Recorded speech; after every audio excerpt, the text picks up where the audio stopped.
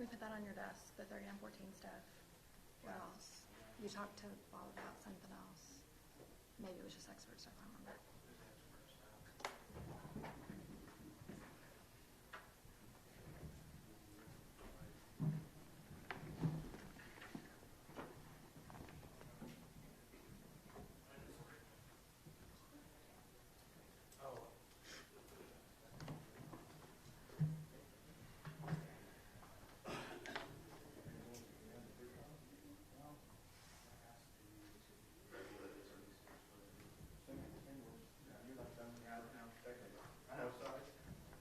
Yeah, I'm fine with that as long as mom and dad insist. It's not materially affected. Okay. Sure, that's up to you.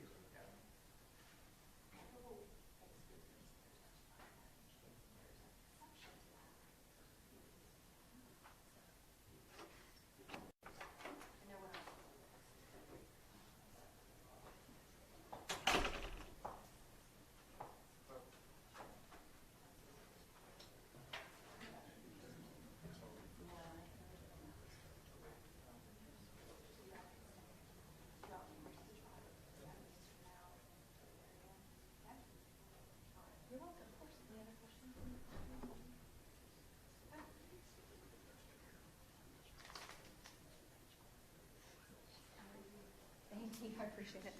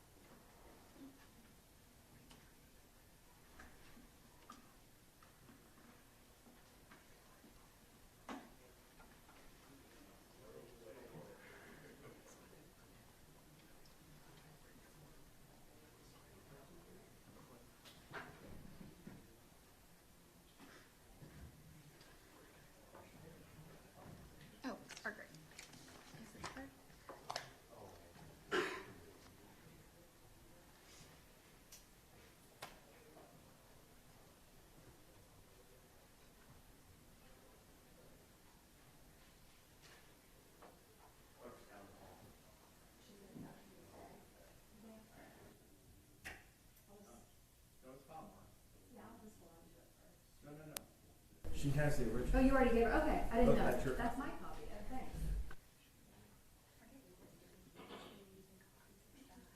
you. No one else does that, so I appreciate it. We were.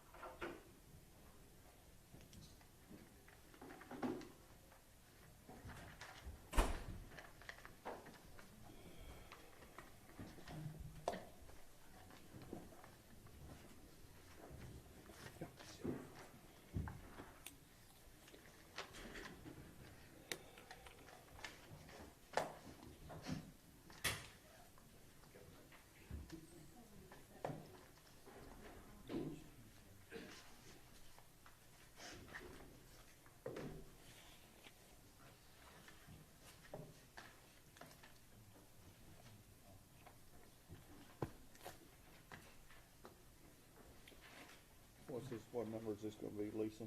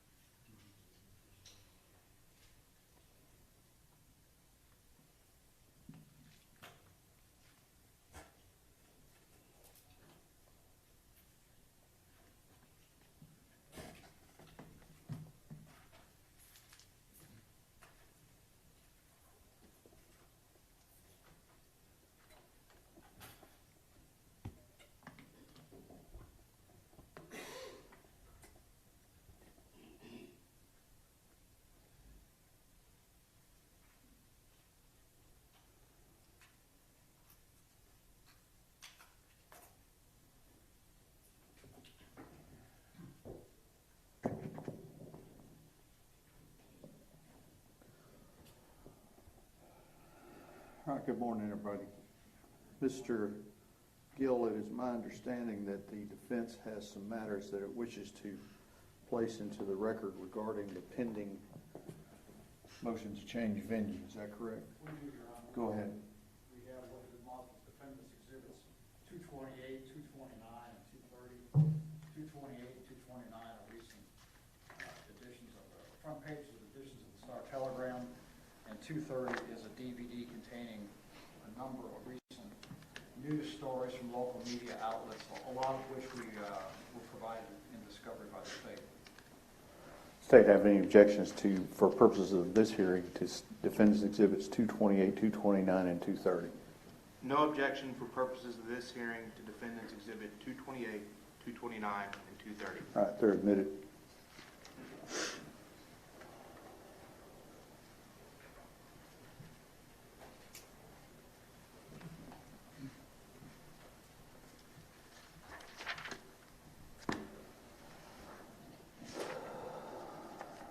Do you have any additional evidence that you would wish to offer in regard to the motion for change of venue?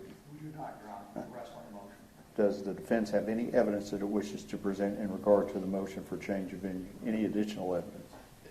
No additional evidence, Your Honor. The state would, the main evidence the state has would be the panel's response during voir dire last week. Does either side desire any argument, final argument on the motion for change of venue? Defense? We do briefly, Judge. We waive our right to open and reserve our right to close. Mr. Smith? And I have the state's bench brief that was furnished to me previously. Oh, good morning. Good morning, Your Honor. Just briefly, as you mentioned, the state filed a bench brief, just to highlight some of the points in that. The defense has a heavy burden in a change of venue motion to either establish that the prejudice in the community was pervasive, prejudicial, or inflammatory, or under the second prong, that there was a coercive government force that would have influenced the ability to have a fair trial in this county. Briefly touching on the pervasiveness of the prejudice, or of the media, most coverage of this case was in the immediate aftermath of the offense. Since the offense, the coverage has been mere case updates and included the original information that was provided in that original coverage. Additionally, there's been no indication of the viewership of the vast majority of the media coverage that the defense has offered into evidence. There's been Star Telegram circulation numbers, but we have seen the evidence has been from other news sources and things like that, with no indication of viewership. And without that, there's no way to know how many people in the community have actually viewed that. And most importantly, in regard to the pervasiveness, the jury panel last week and the Benign panel truly showed that the pervasiveness of the media attention in the county is not as high as the defense would make it seem.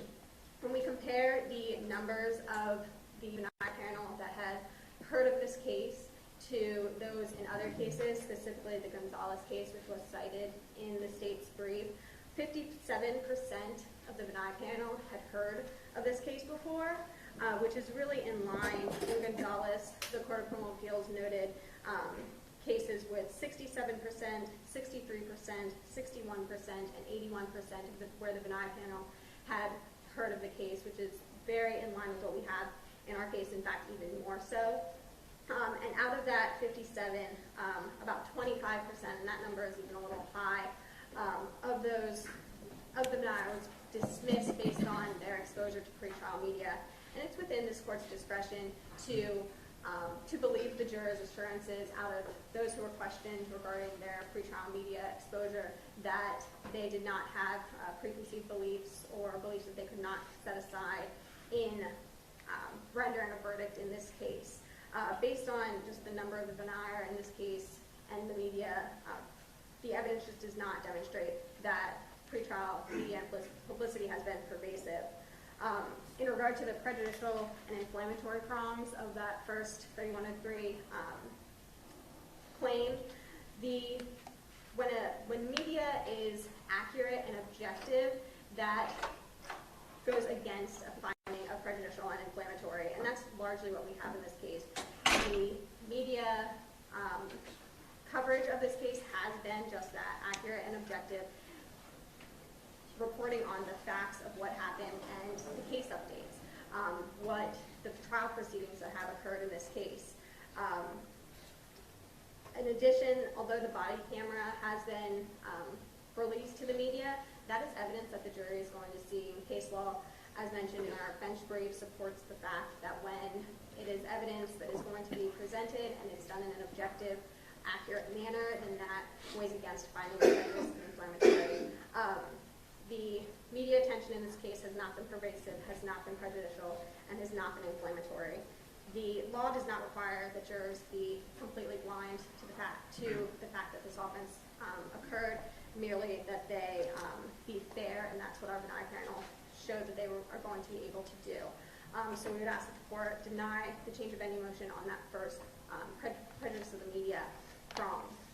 In regard to the dangerous combination, which was raised in the supplemental bench brief, the Ricer case, that we cited in our bench brief is strikingly similar to the facts of this case and demonstrates that in order to justify a change of venue based on a dangerous combination, it's not just that community leaders spoke out about the case or maybe even spoke to each other about the case. The defense has a heavy burden, again, to show a coercive force that could influence the proceedings and the right to a fair trial. When comments of community leaders are made in the immediate aftermath of the offense, it is not likely that they are acting to impede the fair trial, and that's what happened in this case. Again, like the Ricer case, community leaders spoke out about the offense, but there's no evidence of how those comments by the community leaders influenced the community as a whole, and as was demonstrated during voir dire and being able to select a jury in this case, there's no evidence that it would have impeded the defendant's right to a fair trial. So we would ask that the court deny the change of venue on a dangerous combination grounds as well. Thank you, ma'am. Mr. Gill, response. Your Honor, thank you. First of all, I have two major disagreements with what the state just told me. Number one, the majority of the publicity of this case did not occur at or around the time of the event. The coverage has been steady and pervasive throughout the 3 years that this case has been pending. Every single event that has occurred at this courthouse has been widely covered and widely publicized, including routine court settings, including the change of venue motion and testimony itself, up to and including last week with the death of Mr. Lane and the beginning of jury selection. All of those matters have been widely publicized and widely distributed around Tarrant County. We presented you the Star Telegram circulation figures. We also presented circulation and viewership figures for KTVE, Channel 11. It shows the number of households that are reached by their news broadcasts. We were stonewalled by the other media outlets in Tarrant County to get that information, but you can also see from the pervasive nature of what the actual Bonaire members in this case saw, that the coverage has been pervasive. And in fact, there's been a previous finding in this case that the coverage was both pervasive and prejudicial. That finding was made by Judge Hagerman last summer, even before the recent news coverage, the recent spate of news coverage.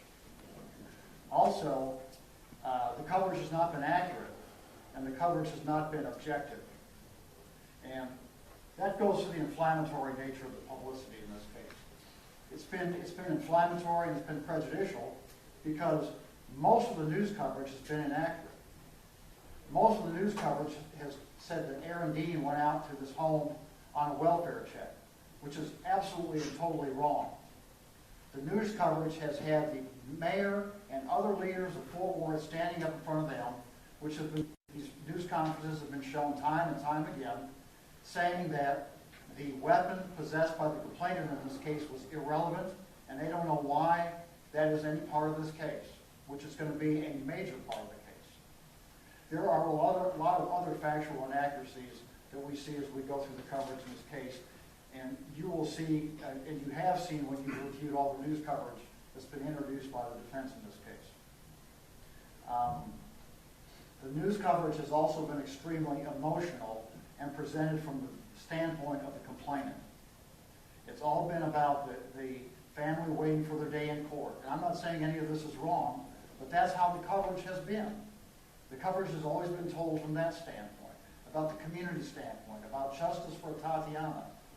It's been drilled into the heads of the Bonaire that way. It's been presented in a racial aspect of it. It's been presented and emphasized that it was a white officer that shot an African-American female. And all of this is presented time and time and time again until it's become a theme and a mantra of all this coverage that has continued until this very day. Under the dangerous combination prong of the change of venue statute, 3103 of the Code of Criminal Procedure, we have shown you that the mayor and the chief of police and the city councilman, all widely publicized, have taken, at least the mayor and the chief of police, have taken what they knew to be the truth and twisted it and made a presentation to the public that is different from what they knew the truth to be. And that has all worked to the detriment of Aaron Dean.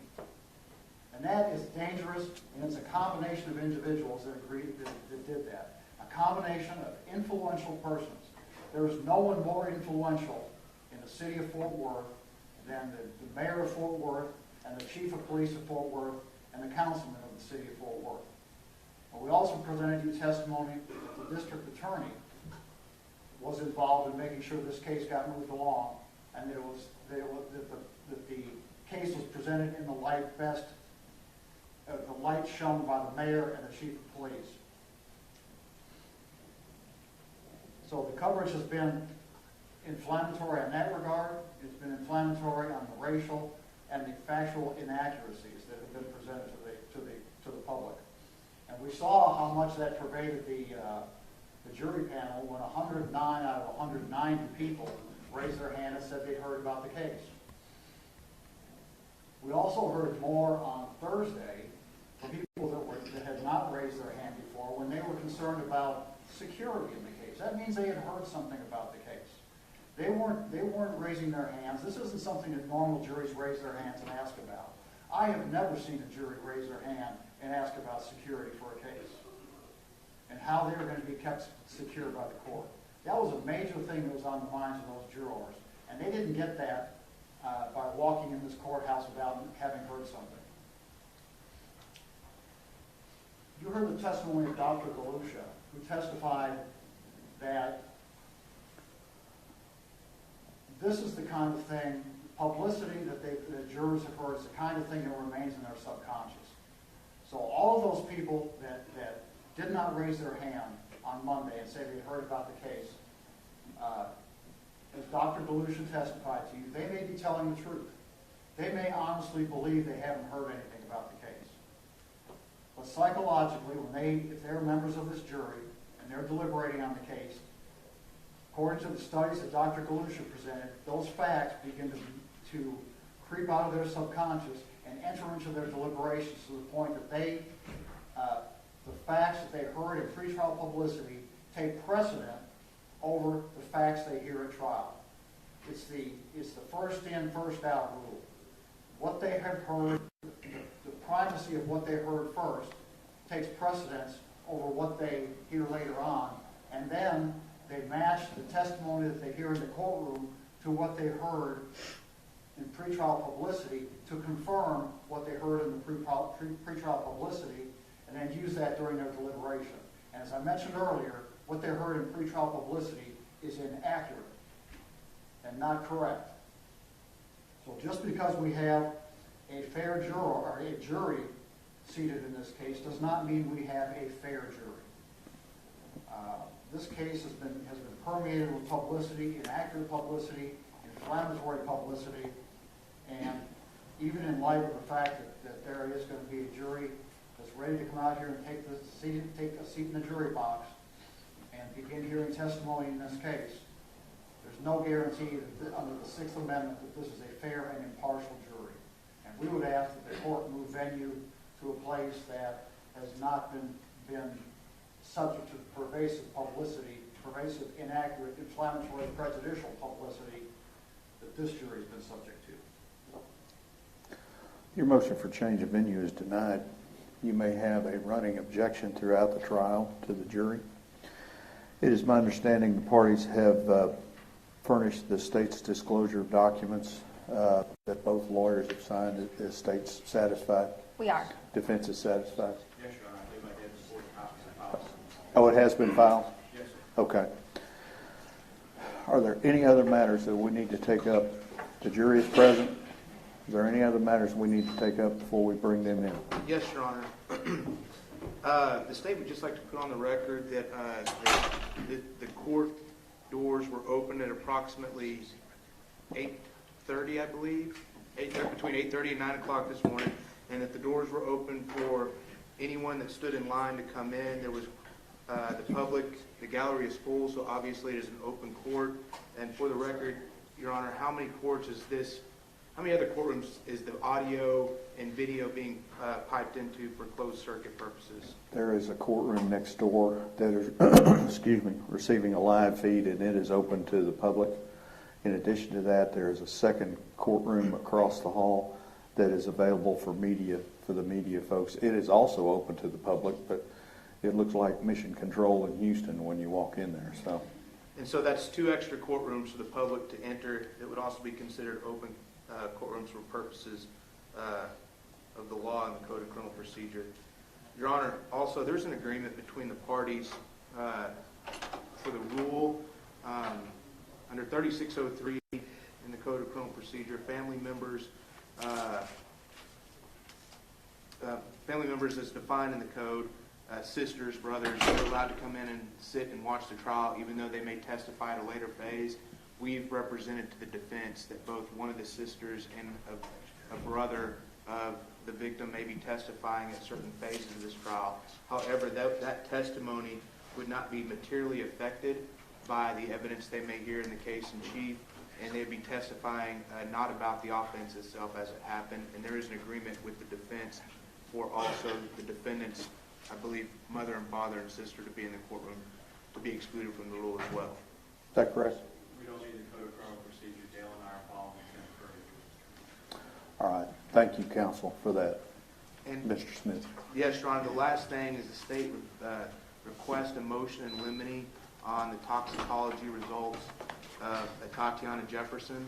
At this point, anything that was found in the toxicology results would not be relevant, and we would ask that the defense approach and we have a hearing outside the presence of the jury before any of that testimony is in front of the jury, so therefore we can determine its relevancy and admissibility. For limiting purposes only, is there any objection? No, Your Honor. Okay. Y'all just approach if we feel like we need to talk about that. That's all the housekeeping matters the state of Texas has. Any from the defense? Yes, Your Honor. We Okay. also have a motion in limine, which would extend to everything on the state's 404B notice. Any objection for limiting purposes only in regard to 404B? For the punishment evidence, no, Your Honor. Our case in chief is only about the offense that happened on October 12, 2019. Defense motion is granted. Y'all approach the bench if you feel like you need to talk about it. Yes, Your Honor. And to be clear, we're asking that this motion pertain to both phases of the trial. Understood. Yeah, so if there's anything in regard to 404B, approach the bench. Yes, Your Honor. Okay. Anything on their notice, Judge. Yeah, on their notice, yeah. And also, we would ask for a motion in limine on any victim character or victim impact evidence at the guilt innocence phase of the trial, and also any victim character evidence at the punishment phase. Any objection to that for limiting purposes only? Not for limiting purposes only, Your Honor. All right, that's granted. Hey, Your Honor, nothing else. Ms. Ford, will you be staying with us or are you leaving? I'm going to leave council table. The only reason I ask is we were going to have to figure out how to get folks in. If you would return your chair over to the jury box. And thank you, I appreciate your remarks. Thank you, Your Honor.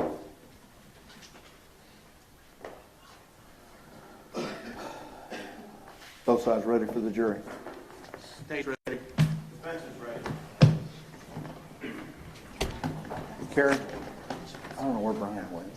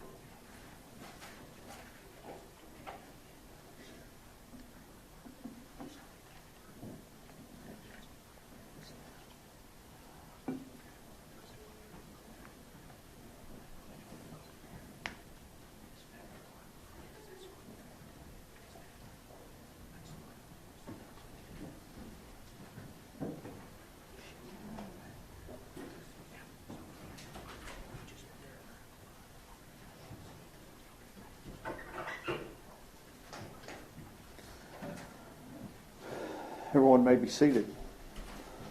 Good morning.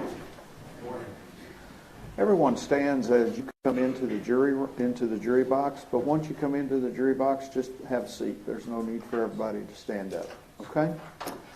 I need for each of you to raise your right hand. You and each of you solemnly swear or affirm that in the case of the state of Texas versus Aaron York Dean, you will a true verdict render according to the law and the evidence, so help you God? I do. Okay. Here's what's going to happen. In just a few minutes, the indictment in this case is going to be read in open court, and there will be a plea entered to the indictment. The lawyers then have the ability to make opening statements. The state goes first, the defense goes second. Opening statements are an outline or kind of a summary of what the case is all about, who the lawyers anticipate calling as the witnesses, and what they anticipate those witnesses to testify to. The state will then present their evidence one at a time, and the defense gets to cross-examine those witnesses.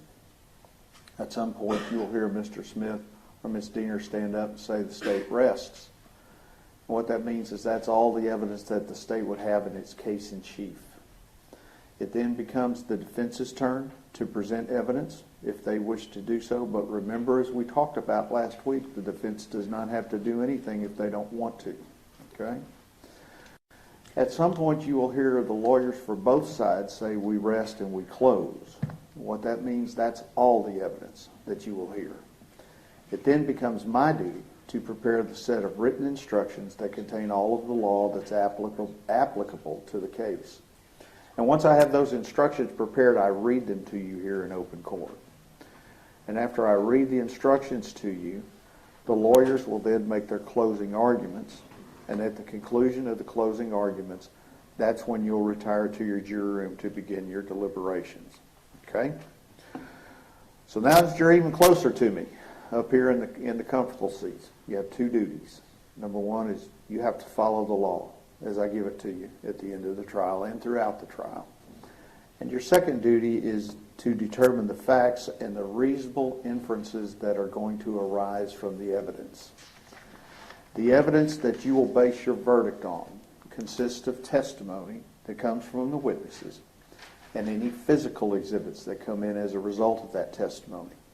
Things that you can see, things that you can touch, articles of clothing, photographs, videos, things like that. The admission of that evidence is governed by rules of law, and that's where I get involved. I'm hearing the evidence for the first time just as you are. And so from time to time, I may have to ask you to step out, and I exclude you while I determine whether or not evidence is legally admissible for your purpose while I'm doing my job, just as you will exclude me once you begin doing your job. I'm not allowed to be in the jury room with you during your jury deliberations. Okay? From time to time, the lawyers may make objections throughout the trial, and the purpose of the objections is the lawyers are asking me to rule on a particular rule of law that they feel that may have been violated. And you're not to concern yourself with how I rule on those objections unless I turn and give you a specific instruction, and you will know when that happens. The opening statements and closing arguments of the lawyers are intended to help you, if they do, in understanding the evidence and applying the law, but what the lawyers say is not evidence. The evidence that you base your verdict on will come from the witness stand and not from the lawyers. You must not be influenced in any degree by any personal feeling of sympathy for or prejudice against. The state or the defense in this case, for each is entitled to the same fair and impartial consideration. In other words, you're to call it as you see it. Okay? You're not allowed to discuss the case amongst yourselves until you have begun your deliberations. Okay? But you're going to be spending a lot of time with your 13 new friends. Okay? And the law does envision that you're going to talk and get to know each other. All right? But once you have begun your deliberations, it is improper for you to try and influence the deliberations with your own personal experiences. You are to confine your deliberations to what everyone has seen and heard in the courtroom and not what happened to somebody's cousin, okay? Again, stay away from media. I hope you can appreciate the intense coverage that this case has had and will have. So stay away from that. As I told you, we generally work from 9 until 5. We'll take a mid-morning break, mid-afternoon break, and I will try to get you out of here. As I told you on Friday, we will only work half a day today due to the funeral. Now, as I told you earlier, we are also having to deal with the availability of expert witnesses. And so there may be times that we may not work at all one day because of the trying to get the experts into town. So don't hold that against anybody else. It's just the way the world is right now. But I am very aware that y'all are taking time out of your schedules, and I will work in a manner that time is done well. Okay. You know the rules about taking notes. Okay. We furnished you all of the pad and everything for you, and so it is. Want you to be able to feel comfortable and to do your duty. Is the state ready to proceed? State's ready, Your Honor. And defense is ready. We are, Your Honor. Mr. Dean, if you'll stand.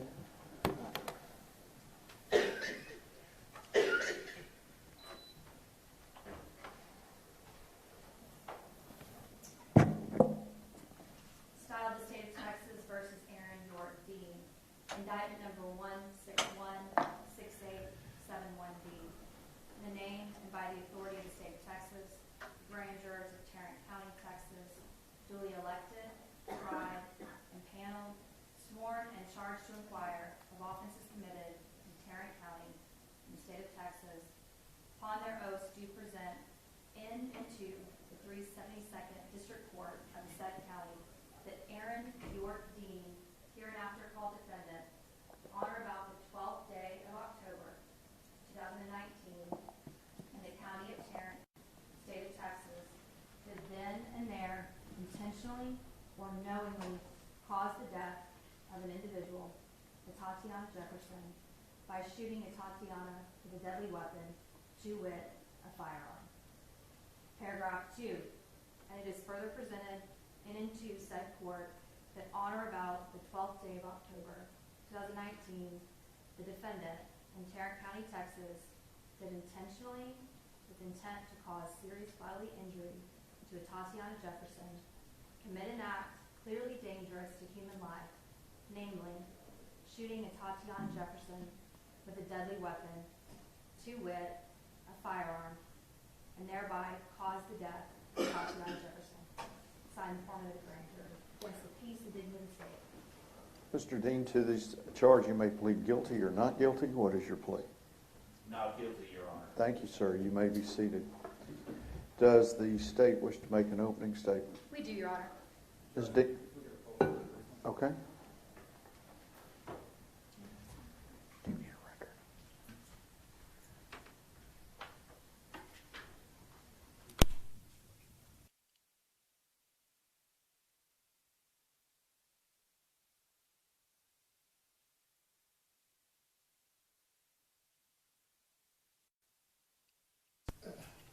Ms. Diener, you may proceed. Thank you. May it please the court. Yes, ma'am. The last words that Atatiana Jefferson heard before she died was, "Put your hands up. Show me your hands and do." Not a second. And you're going to hear that after those things were yelled at her, the bullet went through her back bedroom window, into her chest, through her heart. She fell down, face down. And you guys are going to have an opportunity to see and hear exactly what happened next. She says, "Oh my God." And then the next thing that you're going to hear hear that Atatiana heard the last noises she ever heard were her 8-year-old nephew, Zion, his cries. Because when Atatiana Jefferson, just 28 years old, died in her bedroom face down, she was not alone. Her 8-year-old nephew, Zion, was there to watch. Now, this is not a case that deals with rival gang members shooting each other. This is not a case about a drug deal gone bad or a robbery. This is a case about a Fort Worth police officer, a stranger to Atatiana, who shot through the back of her bedroom window in the middle of the night. She was in her home and should have been safe. You are going to hear that this is an absolute intentional act, an unjustifiable act that never should have happened. You're going to hear throughout the course of this trial from multiple witnesses that are going to talk to you about what happened in this case. They're going to hear and talk to you about what happened and how we got to Tatiana taking her last few breaths in her home. So how did we get here? What happened? So we go back. October 11th. Tatiana was killed, murdered by this defendant on October 12th of 2019, around 2:33 in the morning. So we back up to October the 11th. So October the 11th started for Atatiana and Zion very similar than a lot of other days. So you guys are going to learn a little bit about who Atatiana was. Atatiana was 28 years old. She had 3 siblings. They're right over there. Amber, Ashley, and Adarius. Call himself the A-Team. Tatiana's mom, Yolanda Carr, she lived in the house with Tatiana off 1203 East Allen, the east side of the world. And Zion lived there too. So Tatiana, raised in Dallas, went off to school at Xavier University, graduated her biology degree. After that, you're going to hear how she came home, and in 2019, she had moved in with her mom, Yolanda Carr, off East Allen, to take care of her mom's failing health. She was also there to help take care of Zion, help raise him, because at that time, Amber was having some severe health issues with her heart. And so Tatiana was living there at that house, helping raise Zion, teaching him the responsibilities, day-to-day, chores. And you guys are going to hear on October the 11th, just a regular day, that Tatiana had taken Zion outside. He's 8 years old at this time. And let me tell you, Zion's very rambunctious and energetic, as many 8-year-olds are, right? And you're going to hear from witnesses that will describe neighbors across the street that saw Tatiana and Zion outside, her trying to teach him how to mow the lawn. So this neighbor sees Zion running across the lawn, pushing a lawnmower, trying to learn how to veg. After that, on October the 11th, they went inside and they had dinner that night.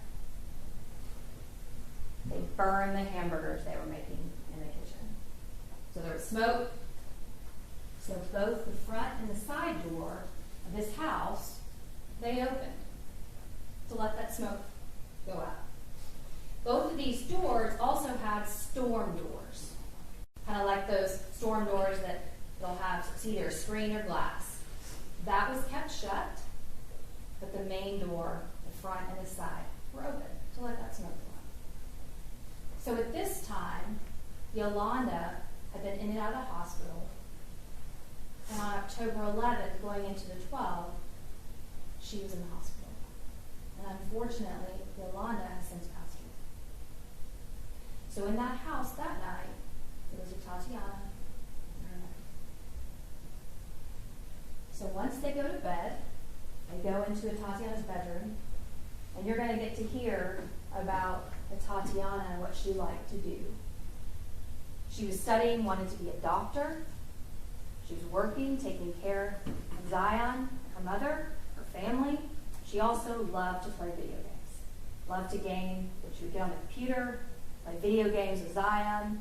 That's what she loved to do. In fact, her siblings would poke fun at her for playing video games all the time. It's just what she liked to do. So that night, Zion goes to bed. Tatiana's in her back bedroom. They're in their pajamas, barefoot, comfortable. They're supposed to be safe. But you're going to learn that around 2 o'clock in the morning or so, Zion, who's asleep in her bed, he wakes up at some point throughout the night, and he sees his Aunt Tay, which is what he calls her, is still playing video games, and she's up. So 8-year-old says, I want to play too.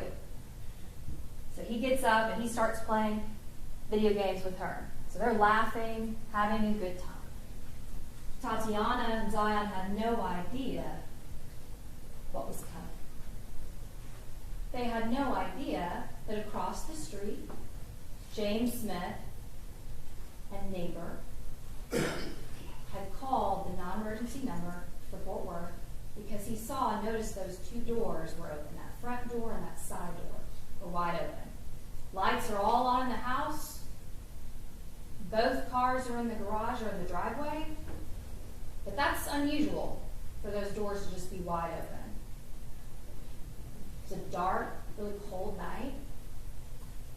And so when the call comes through, he calls the non-emergency number, gives them the information, tells them, when asked if the neighbors are home, he tells them, well, both cars are in the driveway, and he describes them. He says that his doors have been open for several hours. I just want to make sure everything's okay. So when this defendant and his partner, Darch, her name is Carol Darch, and you're going to hear from her. Carol Darch and this defendant go in their patrol cars, 2 separate patrol cars, show up around the East Allen area. They actually park right next to a house that they believed to be 1203. They went to the wrong house first. There was a house just down the street, kind of diagonal from where Atatiana lives. And you guys are going to have an opportunity to see maps, photographs, and hear testimony from these witnesses, so you better orient yourself as to what we're talking about. So they park next to this house on the side, and then no lights, no sirens. They then go across the street, and unbeknownst to them, James Smith, that neighbor who had called, and his family were all sitting outside on the stoop, making sure everything was okay. Because they knew this house has a woman by herself and a young child. And the one thing you're going to learn about James Smith is he and his family own multiple houses on this street of East Allen. East Allen's a little bit of a niche inside of the east side. East Allen, the 1200 block where Atatiana and her family lived, across the street there are multiple houses, and those all belong to James Smith and his family. Right next door to Atatiana is an old church or mosque. Okay? There's no other houses right next to her. To her left, if you're looking at the house to the right, if you're coming outside the house to the left, you guys are going to see a very big lot, an open lot. Okay? So James Smith is the kind of neighbor that we all want. He's the kind of neighbor that pays attention, looks out for us. James Smith has lived in this area, and y'all will hear from him and learn this for 16 years. He's kind of like the mayor of this particular street, right? He's the guy that tells you your package is on the front door. He's the guy that watches out and knows everything about the neighborhood. He actually takes a particular amount of pride. He's like the guardian of that particular area. He had called a non-emergency number before. Y'all hear about that. So he's outside along with his other family members that live in all these houses, and they're watching. They're waiting for the police to show up and pull up and check. But they don't ever see a patrol car go to the front. They don't ever see lights. They don't ever hear anyone identify themselves. What they see is two figures go diagonally across the street, go up to the front door, peer inside, go to the side door, peer inside, and you guys are going to see they don't announce, they don't knock, they don't ring the doorbell, they don't step back and call for backup. They then go from the front to the side. They check either of those doors, those storm doors, to see if they're unlocked or locked. They then continue onto the side, walking right next to Atatiana's white car. They continue, and this defendant goes wide to the right of Yolanda's car. It's in that driveway.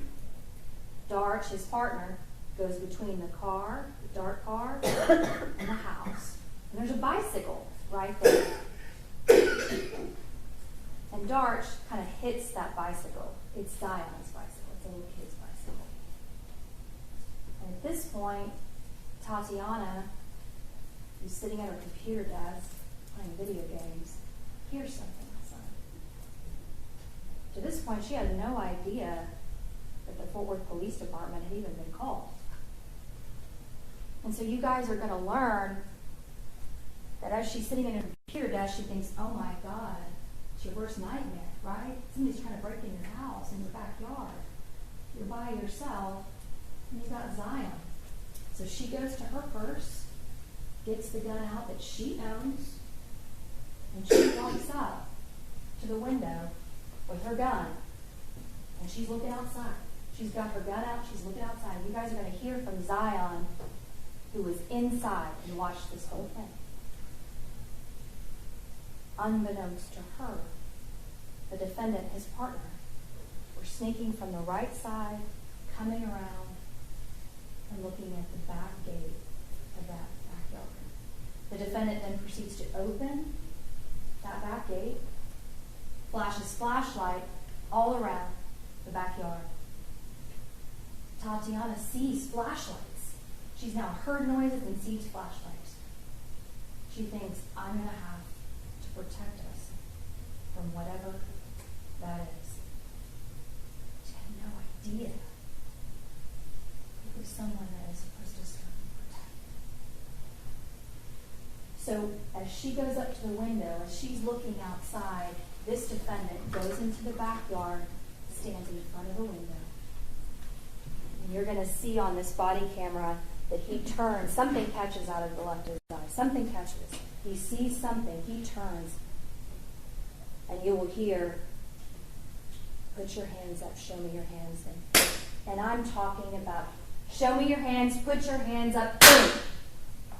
It is not fast enough for Tatiana to process and follow the commands of an unknown stranger in the backyard, let alone fast enough for him to see anything in her hands. When you watch this body camera footage, pay attention to what this defendant says, what he does, what he doesn't do, and what he doesn't say. Because that's very important to this particular case. And we're going to watch the video over and over again throughout the course of this trial. So after this shot is fired, immediately his partner, Darch, says, we got to get in there. We got to get in there. Dean, we got to get in there. So at that point, they go from the backyard, out the gate, around the cars, side of the house, back to the front, through the carport, in the front, in through the front door, start going through the house, straight inside, and you'll hear Darch say, your hands up, Fort Worth Police, starts to finally announce as they're getting through the house into the back bedroom. The entire time that that is happening, you will not hear this defendant ever say, go. He said, show your hands. Put your hands up. He didn't say drop it. He didn't say gun. And if they're about to rush into this house, he did not warn his partner that he had seen a gun. So they go into the house. They rush to the back bedroom. They find Zion on the bed. Hysterical. Tatiana is face down. Dart immediately takes Zion from that room, takes him to the next room to get him out. Tries to calm him down. And so what does the defendant do when he gets in there and sees her? He doesn't do CPR. He doesn't put his hands over her chest to try to save her life. He doesn't do any of those things. Instead, what he does is he's looking around the room. His flashlight comes upon Tatiana's gun. And when we play that video, I want you guys to listen to the sigh and what he says. Looks like we got a weapon. Thank God, right? The evidence is not going to show you at any point throughout that entire video that you watched that he ever says anything about seeing the guns in her hand. And when you watch that video and you see how fast this happens, there's no way. There's no way. So after they get inside, and he is looking around, he starts playing with her gun, trying to figure out how to turn off the light of the laser, trying to figure out how to disarm it, sets it down, still not providing any kind of CPR or life-saving measures to her. And it's not until you hear at the very front, because they called for medical help and other backup, when he hears those first few officers show up at that front door because they announce Fort Worth Police, you're going to hear him say, we're back here. And it's at that point he grabs a blanket and finally puts it on her chest. But it's too late. And it wouldn't have mattered if he would have put that on at the beginning and started doing CPR, because she had to hold her on. So it wouldn't matter.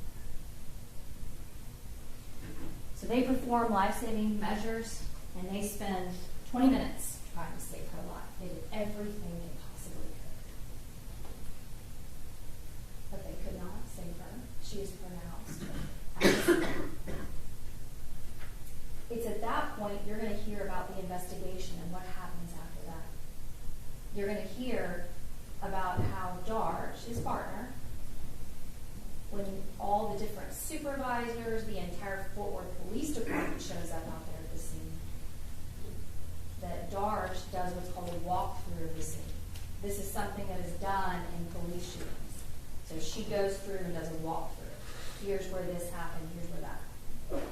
She does not do that, though, until she gets the benefit of having her plea attorney there. And when I say plea attorney, I don't mean these two folks, not criminal defense attorneys, but attorneys that are provided to law enforcement by the associations. They get the benefit of having that attorney show up and be with them right after the shooting.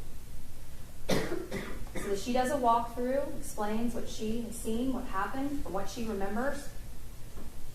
She's put into a patrol car, and then she is taken to the major case unit, which is a part of Fort Worth Police, and they investigate police-involved shootings, any incidents involving police.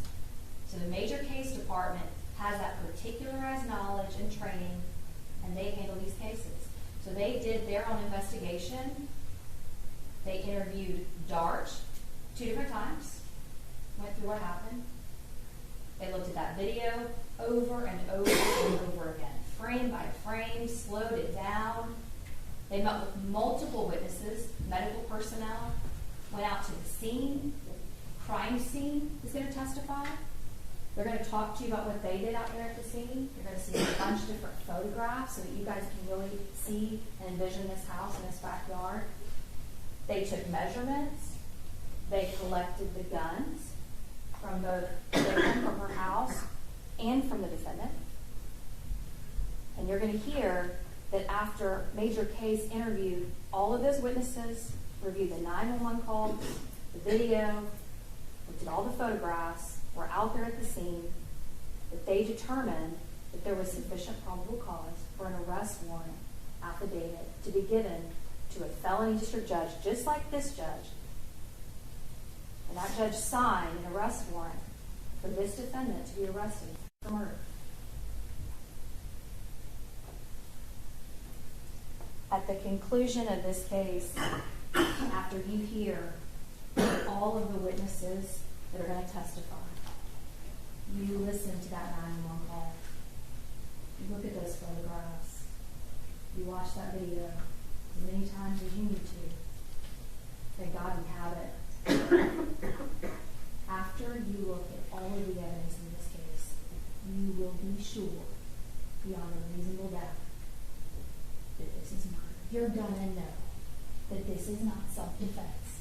This is not a circumstance where they're staring at the barrel of a gun and he had to defend himself against that person or to protect against his partner. The evidence will support he did not see the gun in her hand. This is not a justification. This is not a self-defense case. This is murder. Your home is supposed to be the one place on earth that you get to go to be safe, to seek shelter, to seek refuge. But for Atatiana Jefferson, her home was not her refuge. It was not her sanctuary or her safe place. It was her demise. And she left in a body bag because of what he did. And so we're going to ask you to hold him responsible because that's what the law and the evidence demands. Thank you. Mr. Gill, Mr. Brissett, do you wish to make an opening statement or reserve the right? We do, Your Honor. Mr. Brissett. And please report. Yes, sir. Ms. Diener, Mr. Smith, members of the Carr and Jefferson family, members of the jury. On the night of October 11th, last spring, Aaron Dean never thought he'd be putting on his Fort Worth police uniform for the last time. Nor did he ever think he'd be here today before you with the charge of murder. He started his shift like he did every other Friday night when he was working. He's a young officer working the deep night shift, 8 to 6. Check it a little early in the 7 o'clock hour. As that shift went on, during the middle of his shift, he's assigned a call that we're here to talk about today. And as he goes through that call, he gets to the backyard. And as soon as he and his partner go in the backyard, they're immediately presented with a situation that they have to deal with. As soon as Aaron enters the backyard, he sees a silhouette in the window. Aaron sees that silhouette in the window, and that silhouette has a firearm. That silhouette has a firearm with a green laser mounted on the front rail of that firearm, pointed directly at Aaron, closer than me to you to the window. Aaron has an air conditioning unit to his right, a gate and obstruction of a fence to his left, and his partner is butt cheek to butt cheek behind him. He has no place to go. He takes a half a step back, gives the commands, as part of training, draws his weapon for the first and only time right then, and fires one shot. And tragically, Atatiana Jefferson is killed as a result of that. How did he get there? That's the question. And remember from voir dire, we start having to talk about the calculousness of reasonableness in this case. For that's what we're really talking about. Was it reasonable for Aaron to do what he did? That's the test for police officers when they use deadly force. It's an officer's worst nightmare around the world to have to draw their weapon and use it in defense of not only themselves or for others. So we have to start looking at what Aaron knew at the time. What did he know at the time? What data was given to Aaron at the time he responded to this call? This case is about facts and not emotion. You can have all the grandiose opening statements about emotion and words and everything else, but we have to get back to the facts. So let's start with James Smith. James Smith enters the stage in this case when he makes a non-emergency call to Fort Worth Communications.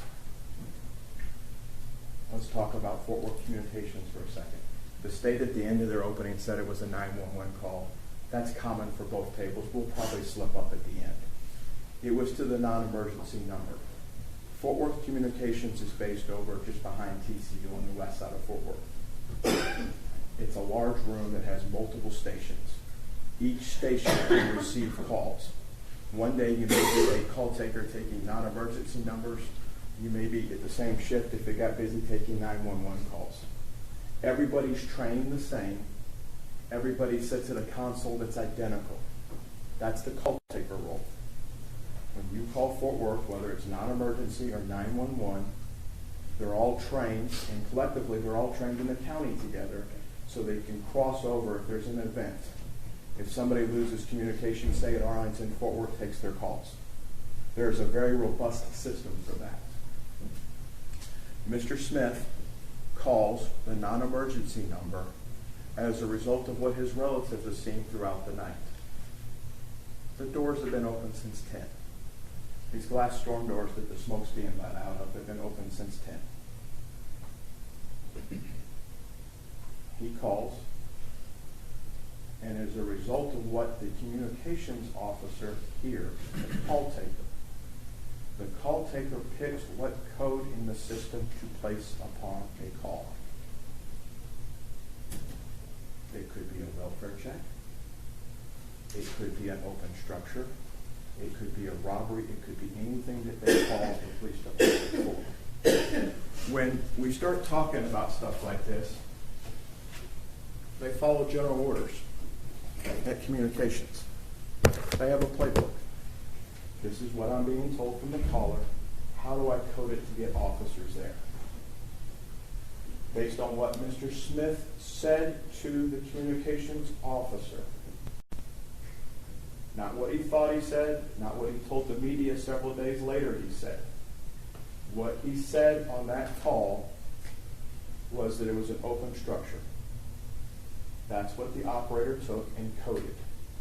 In the city of Fort Worth, that gets coded as a signal 56, an open structure. For the police officers, they, in their patrol cars, both Officer Dart and Officer Dean, have what's called an MDC, or mobile data computer, plus their radio in the car and their handheld radio that you see on the officers that have taken you in and out of the courtroom here, and you'll see throughout the comment here. So they have their computer, they have their handheld, and they have their car radio. When the city of Fort Worth cuts an officer loose on a call, it's simple. They give them the call through the MDC, and they give it to them over the radio in case they're not in their car at the time so they can hear it. Officer Dean was the primary officer. You may hear a Fort Worth officer during the trial say he was the sheet officer. He was assigned to, it was his beat. He's the primary, Darch is his backup. For open doors, why do they need two? Because in Fort Worth's general orders for communications, it's a priority 2 call. Priority 1 being the highest, usually lights and sirens. Priority 2 is just below it. A priority 2 call requires 2 officers. If 2 officers aren't available, the general orders say the sergeant or lieutenant on patrol in that area is assigned as the second officer. If the sergeant or lieutenant are not available, it goes to a neighboring area until there's 2 officers there for officer safety. priority 2 call. Darch makes it there first, Dean gets there second. I think the evidence will show that Darch goes to the wrong house first. They come back, look in the squad again, and get the right address. And they walk up to the front of the address. Remember, what did they know and when did they know it?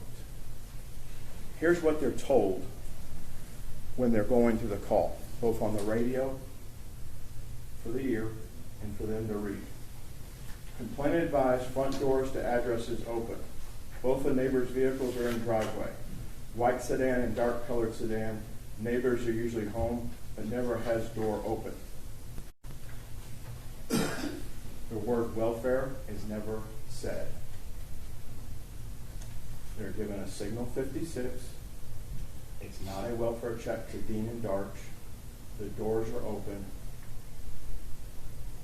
That's what they have as the data elements when they arrive on scene. In addition to the communications general orders, the city of Fort Worth has a rather extensive set of general orders for officers. Communications is called Play 56. Play 56, Signal 56, takes them to a certain section in the general orders for how officers that have just come out of training, been to the academy, had this book drilled into them day in and day out. Signal 56 is an open structure. You go to that in the book, it says treat it like a silent alarm. Burglary of the building, a silent alarm. Silent alarm, you don't park in the front of the building or structure or residence. And I think Officer Darch will make that very clear to you when she testifies. She did to the detectives that were asking her the questions. You don't park in front for officer safety. So they park down the street on Mississippi, short distance away, and walk up. Silent alarm says you don't reveal your position. You check to make sure if there's any forced entry on the structure. And in fact, as it tells you what you're supposed to do, the unit in charge of the call shall inspect the structure to determine if there's any signs of forced entry. Any signs of forced entry. It doesn't say just on one side. It doesn't say that you just look here and stop. Those officers walked up to the front door. And at that point, you're going to see Dean's body camera come on. When they looked inside and saw the mess that was inside the front of this residence, through the front door, you see the living room. Through the living room, it's kind of a living room combo kitchen. Upper cabinets in the kitchen are out, open. Stuff strewn all over the floor. The living room looks like it's been ransacked. You're going to hear from both Carol Darch and others that went out there what this scene looked like when they were there. That's a data element for these two. These two see a house that to them appears to be ransacked. We're on a signal 56. It's treated as a silent alarm. They have to be quiet. They're not knocking on the door because that's not what the rules tell them to do. And they see what to them, what Darch is going to tell you, looks like a burglary in progress. Because the house should never look like that in their mind. That's what this looks like inside. They go down the side. They have to step over a weed eater. They have to step over a mower. Data elements that may sound simple to others, to an officer that works the beats in this area, this is a neighborhood in transition. Mr. Smith and his other neighbors have worked hard to get the criminal element out of their neighborhood. Yet it's still a rough neighborhood. The mosque, church next door, the air conditioning units have a 10-foot fence and a steel cage and concertina wire and steel cage fencing around all the first floor windows. Miss Jefferson's AC unit has a steel cage welded around it, and it's new construction. Things that are left outside at night tend to disappear. Burglars tend to leave stuff piled up to take away if there's a burglary in progress. You walk over a weed eater, there's a mower out at 2 in the morning. There's a young man's bicycle out down the left side. They clear the vehicles because that's what they're trained to do at the academy. They split. Carol down one side, Aaron down the other. They meet at the gate. This gate opens up to the out. It swings to the left. It's about 8 fence panels wide is this gate. Hinged on the outside, opens and swings. It's an odd angle when you look at it. When you open the gate and come through, you're immediately confronted with a window on your left. And that's the window we're talking about. It's a rather large, spacious backyard, brand new fence, brand new structure really for the most part. Something that I don't think you would expect when you see the photos for this part of the neighborhood as the community's bringing the neighborhood back. Darch goes into the right, Dean goes into the left, they're covering each other. You're going to hear from Darch that they start what they call slicing the pie. As they're covering each other, they start working the backyard in sections to make sure there's not a threat. Darch has Dean's back, Dean has Darch's back. Dean has to clear the open window he passes. Because after the door on the right-hand side of the structure up front that was open, there's no other windows for them to clear prior to getting to the backyard. Following their general orders for what a signal 56 is, go see silent alarm. Silent alarm says you inspect the structure for forced entry. Dean comes across that window. At that window, he sees a silhouette. He doesn't know if it's male or female. Doesn't know the racial makeup of the silhouette. He sees it. He sees the green laser and the gun come up on him. He takes a half a step back, gives a command, and fires his weapon. After the shot's fired, they call out. Depending if it's radio traffic, both of them key their mic at the same time. The first one that keys wins. Only one broadcast goes out. You can hear it from Dean's body camera, what they're asking for, a supervisor and MedStar. Darch tells Dean, you got to get in there. We got to get in. Dean tries to go through the window. That's his first reaction. They go in, they clear the house. They get inside, and Dean does find the weapon. He moves the weapon away. In training, Dean and Darch are taught to move the weapon away from anybody that's been involved in a critical incident. It's part of their training. When Dean moves the weapon away, you'll see the green laser emitting still from it on the camera. The same green laser that was pointed at Dean, and in turn pointed at Darch's back.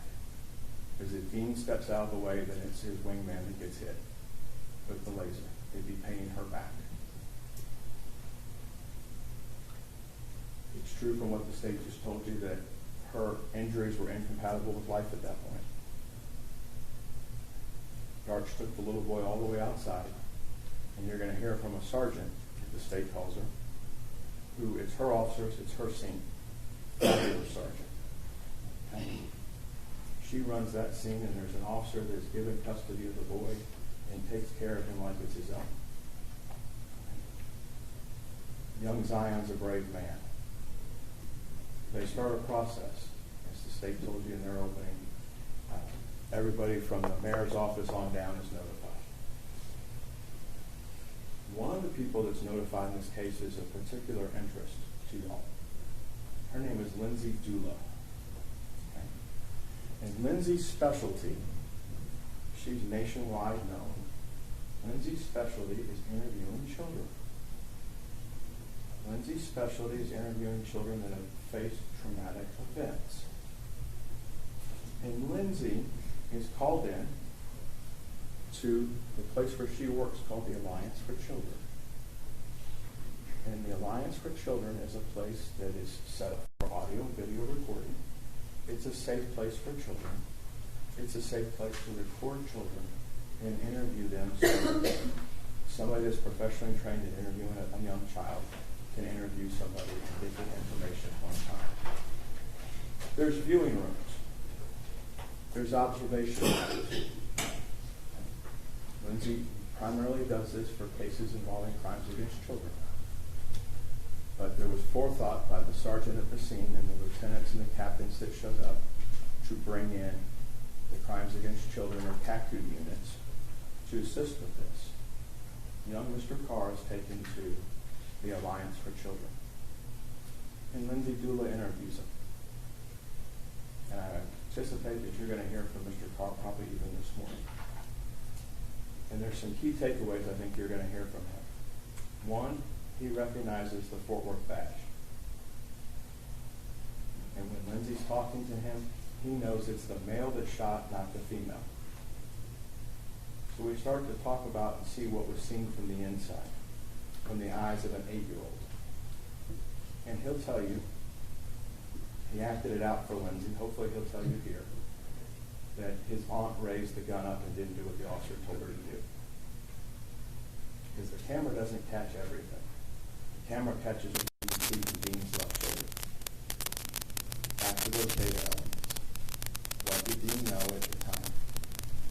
And what did he do with it? They interviewed Darch, Officer Darch, major case does. Carr's interview's over at 5:30 in the morning. Darch's interview's over at 7:07 in the morning. So before the rooster crows 3 times, they knew, they being the government, a pretty good idea of what took place out there. That gun was relevant. Everybody in Texas, everybody in the United States has a right to defend themselves in their home. This is a tragic accident. That gun was placed in the line of a police officer. A green laser was placed on the officer. That officer considered that to be deadly force against him and reacted accordingly. And tragically, Ms. Jefferson lost her life. You're going to be charged in this court's charge at the end as to whether or not that act by Aaron was reasonable under the definitions that the judge will give you. We ask you to keep an open mind throughout this week. It'll go into next as the evidence is brought forward. And as you're looking at the evidence in the sterile courtroom, it's what did Aaron know at the time, not after the fact. Once the shot's fired, we have a different story. Okay? There's no doubt in my mind that Ms. Jefferson was a great person. The law requires you, when you consider a use of force shooting like this with the police, is what did the officer know at the time and was it reasonable? All the stories that have gone on post that, I think you'll see this week are not true. We look forward to you having this case at the end. Thank you. Thank you, Judge. Yes, sir.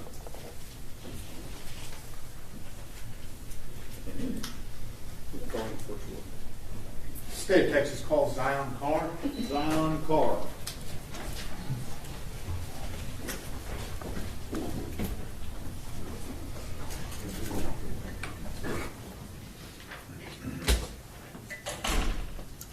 Now, Coach, we can Absolutely.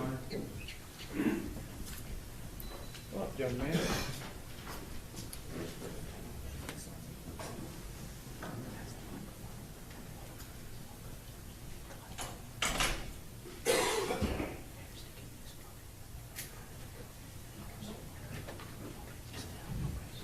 Good morning. Okay. Raise your right hand for me.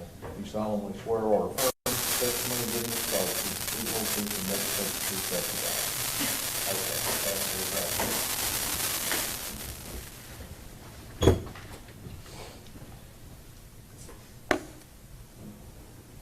Okay, there's a rule in effect, okay, that says that you can't be in court unless you're testifying.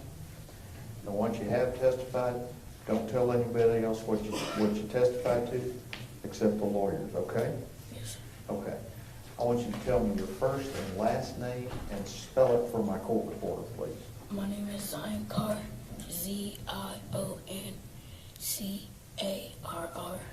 Mr. Smith. Zion, could you say your name again just a little bit louder? Zion Carr. Okay. You want to approach the witness, Sean? Absolutely. Why don't you move that clip up just a hair? There you go. That's good.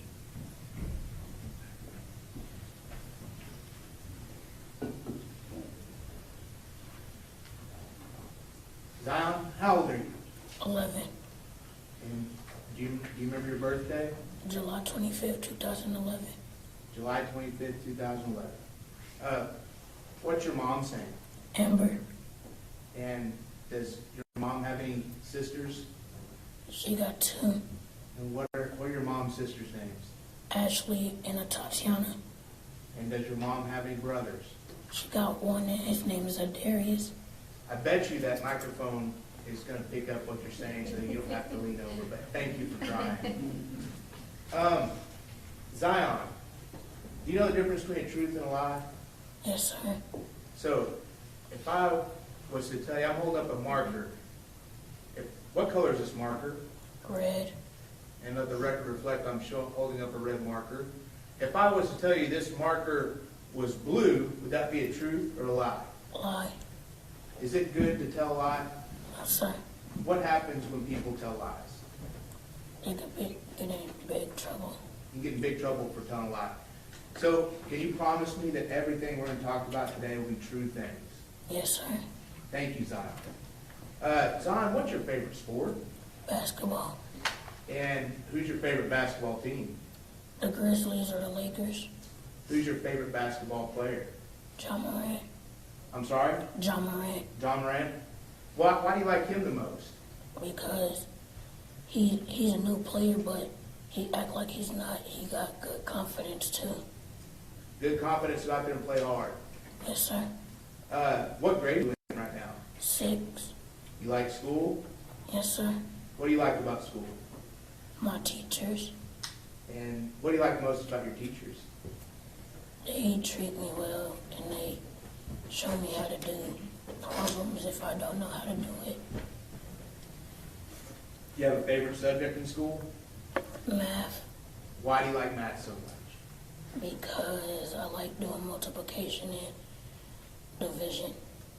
What do you want to be when you grow up? An NBA player, Do you have a backup plan in case you're not an NBA player? a scientist. Oh, a scientist. That's a great job.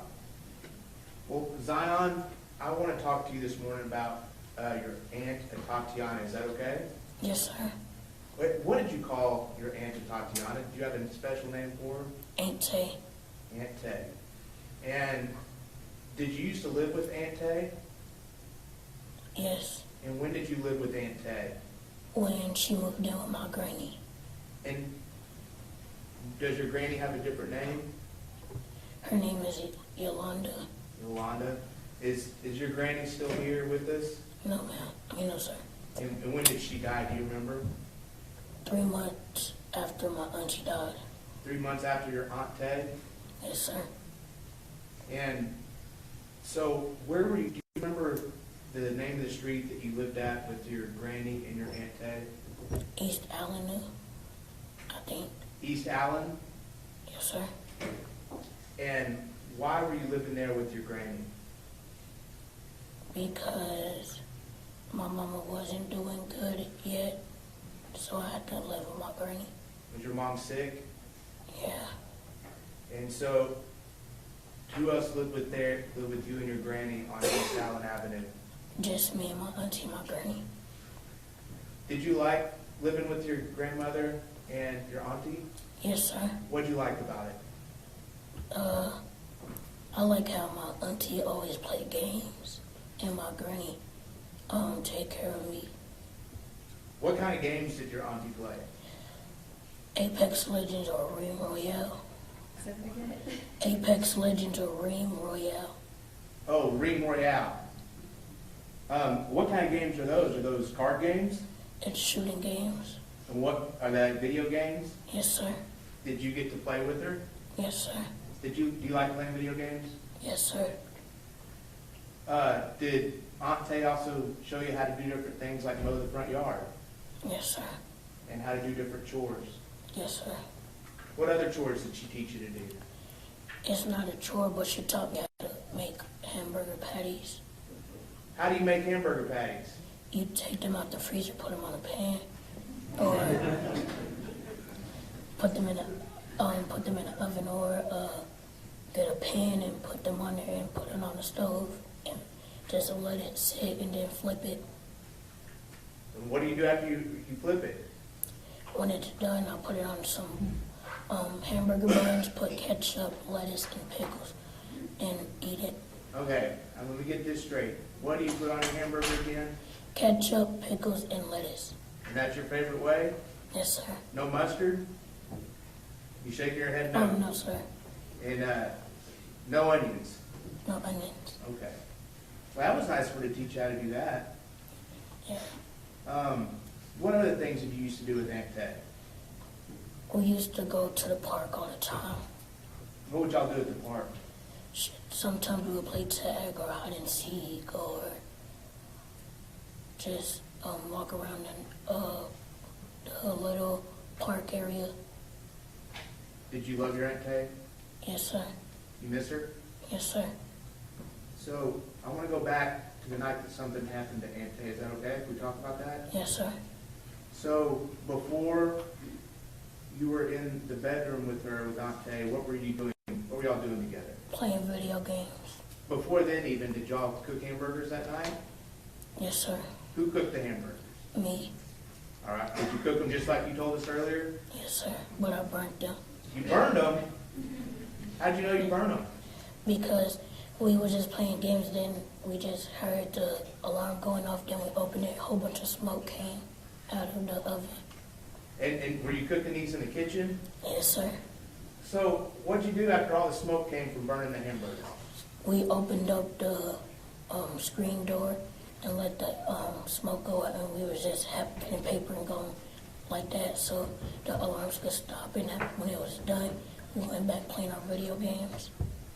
Okay, I saw you made a motion with your hand while you were talking. I'm going to kind of explain what you did so the court reporter can type it up. And you tell me if I'm wrong, okay? Yes, sir. Okay, so were you waving your hand in a back and forth motion in front of your face? Yes, sir. And were you doing that to show how you were waving the smoke out of the house? Yes, sir. Okay. So, did you eat those hamburgers? Hmm? Did you eat them? Yes. No, it was burnt. Only one of them survived. Okay, so what'd you do with the burnt ones? I threw it in the trash. And what'd you do with the one that survived? Ate it. And what'd you put on it? Ketchup, pickles, and mustard. I mean, lettuce. Was it a good hamburger? It was. What'd you do after you ate that hamburger? I went to my auntie's bed and played on my Nintendo Switch. What's a Nintendo Switch? If I've never heard of it before, how would you explain it to me? It's like a video game. It's a screen, and it got like 2 controllers on the side of it. Is it the type of video game you play on a TV screen, or is it something you hold in your hand and the screen's in your hand? Both. Oh, you can take what's on your screen in your hand and put that on the TV? Yes, sir. You could take off the controllers and, like, when you buy it, there's like a kit where you could plug the HDMI in it and take off the controllers and put the screen on it. Then you'll see it on the TV. Were you playing it on the TV or in your hand after you ate that hamburger? In my hand. And what was your Aunt Tay doing? She was playing video games with her friends. Okay. Was she playing video games on a handheld device or on the TV? On the TV. Do you remember what type of gaming system it was? A PS4. And when you say she was playing with her friends, were her friends in that bedroom with y'all? No, sir. Where were they? They was in another house, but she added them to a party so they could talk to each other. How was she talking to them? On a mic. And was she hearing what they were saying? Yes, sir. And what game was she playing? Dream Royale. Dream Royale. Yes, sir. So, did you end up falling asleep that night? No, sir. No, sir. What room were you in while you were playing your Nintendo Switch with your Aunt Tay? My Aunt Tay's room. Aunt Tay's room. Were you on the bed, on the floor, or something different? On the bed. And do you remember what you were wearing? Only underwears. Were you under the covers or over the covers? Under the covers. Was it a little cold? No. No? It was good underneath the covers. Yes, sir. How long did Aunt Tay play video games that night? Like an hour or 30 minutes. Did you ever go to sleep at all? No, sir. Not before she heard a noise, you didn't fall asleep just for a little bit? No, sir. All right, so did your aunt Tay hear a noise outside the bedroom? Yes, sir. What were you doing when your aunt Tay heard that noise? I was still playing on my Nintendo Switch How did you know your aunt Tay heard a noise? because she told me, "Did you hear that?" And I said no. Was the lights on? Were the lights on in that bedroom? Yes, sir. And what did, after she told you she heard a noise, what did she do? She went to get her weapon out of her purse, Where was her purse? next to her table where she worked at. Before she heard that noise outside, where was your aunt Tay sitting? Was she at that desk? No, she was in the middle of the room with her, like, she had her chair in the middle of the room playing on the game. And so you said she went to her purse and grabbed out a weapon. What do you mean by weapon, Zion? A gun. Was it a big long gun or a gun that you can hold in your hand? A gun you can hold in your hand. And did you see her go to her purse and get that gun? Yes, sir. And what did she do after she took the gun out of her purse? She just held it to her side. She just, like, she didn't point it up. She just kept it next to her, like, on her side. And where did she go with after she picked up the gun? She was about to start walking to the window. Okay? And when she walked to the window, what did she do? I didn't hear nothing after that. I just seen her fell on the floor. Okay, I want to go back just a little bit. Do you remember that night, after all this was over with, going to talk to a lady at a special place in a little bitty room? No, sir. We talked about this before. Her name was Lindsay Dula, and you talked about what happened? Like when they took me? Yes. Oh, yes, sir. And you went and talked to that lady and told her everything about what happened, right? Yes, sir. Did you see, whenever your Aunt Tay walked towards the window with the gun, did you see her kind of pull the gun up just a little bit away from her side? No, sir. Now, when we talked before, you said that she did kind of pull the gun up a little bit. Do you remember that? No, sir. It's okay if you remember it. I mean, I just want you to remember it exactly the way you do. Do you remember if she had the gun up or down? Down. Down. Are you sure she didn't have it up at all? No, sir. Okay. And how close did Aunt Tay get to the window?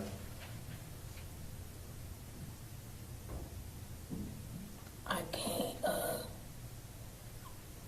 I don't know how to, like, say how far she was. Like, I could say, like, she was, like, 3 feet away. Okay. She got pretty close to the window? Yes, sir. Was she saying anything to you as she got closer to the window? No, sir. Did you hear anything as she got closer to the window? No, sir. Did you see something that happened? I seen her fell on the ground. Did you see anything outside the window? No, sir. You didn't see a man with a badge? No, sir. Did you hear anything before she fell to the ground? No, sir. What happened after she fell to the ground? She started crying, and then after that, 2 police officers came and got me. Did you know what had happened at that point? No, sir. Did you know if your Aunt Tay was hurt? Yes, sir. What were you thinking? I was thinking, is it a dream? How did you think she was hurt? Because she was crying and just shaking. What happened when the 2 policemen came into the bedroom? They seen me and they told me to get up, and they took me to the back of a police car. Did one police officer take you or both of them? Both of them. Both of them? Are you sure it wasn't just the woman police officer? No, sir. Like, the man, he walked a little bit, but then the lady told him, like, to go check on her, like, when we got halfway, like, right there by the kitchen, so he did. By the entrance of what? Hmm? By the entrance of what? Repeat what you just said so she can Oh, hear you. she told the man to go check on my auntie to see if she was still alive, and he said, okay. Did you know if your auntie was still alive at that point? No, sir. Where did that woman officer take you? To the back of a police officer. She took me back to back of a police car. And when she took you to the back of the police car, what were you wearing? Only underwear. Were you cold? Yes, sir. Were you scared? Yes, sir. Why were you scared? Because I see my auntie crying, so I thought it had to be something serious. Did you know what those police were doing? No, sir. And do you remember how long you sat in that car? About like 5 minutes, waiting for an officer to come, wherever they was going to take me. Did another officer show up that you hadn't seen before? Yes, sir. He was different than the two that came in the house, right? Yes, sir. And what did that officer do with you? He was the owner of the police car, so he gave me like a big shirt to put on. And then after that, I fell asleep. Was that officer very nice to you? Yes, sir. You remember his name? No, sir. He never told me his name. But he was really nice. Yes, sir. And what happened after you fell asleep? I fell asleep and then he woke me up, and I was at like a little daycare or foster care. Oh, the place where the woman talked to you? Yes, sir. And was that woman really nice to you? Yes, sir. And she just explained that she had to ask you some questions about what happened, is that right? Yes, sir. When did you find out about what happened to your auntie? After a couple of days, when I stayed with my mama, when she came and got me from the place. And what did you find out had happened? I seen she died, so when I seen she died, I went to my mama and asked her, "Is that true?" Did you find out it was true? Yes, sir. How'd that make you feel? I was very upset. Were you upset that night? I Did it happen? I wasn't upset. I was confused because I didn't know if it was a dream and if I wasn't waking up still. Did you hear anyone get shot that night? No, sir. Why don't you think you heard anything? I probably don't just remember it, but I think didn't hear nothing. Did you hear the policeman say anything outside the window? No, sir. I don't remember. Do you remember seeing him at all outside the window? No, sir.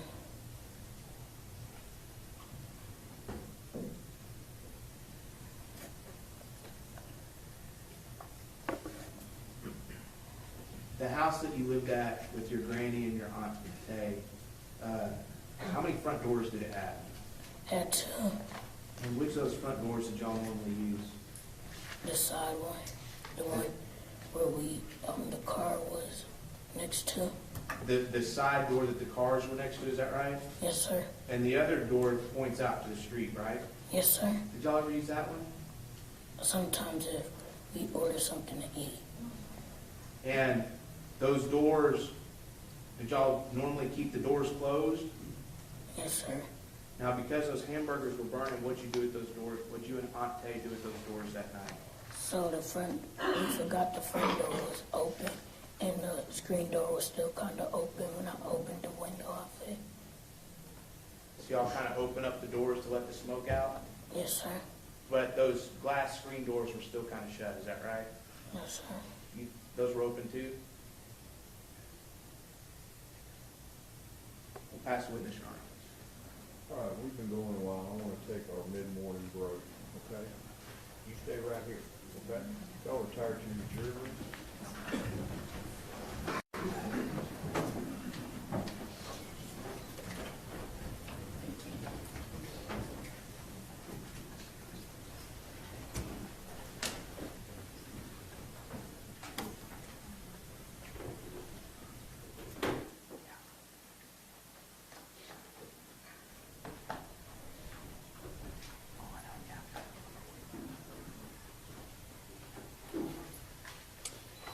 And if you'll unclip that microphone, then you can step down, okay? Go with Mr. Stewart. Hang on, go.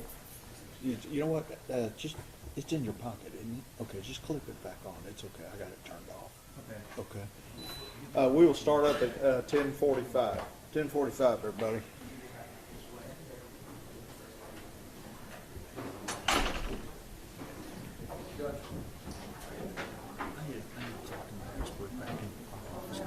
Yeah.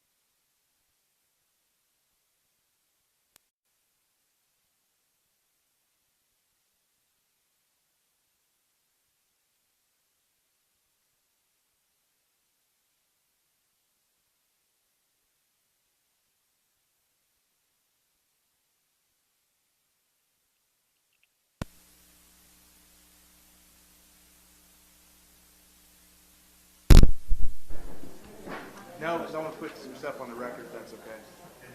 And then bring them in.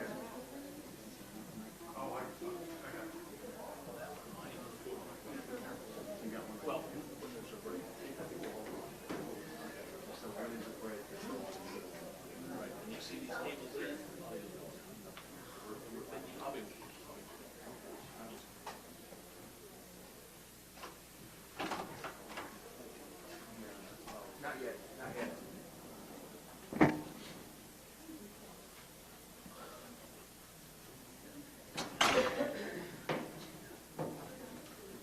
Yeah, he is. I'm gonna have to do some stuff, some housekeeping. Yeah, not a big deal at all.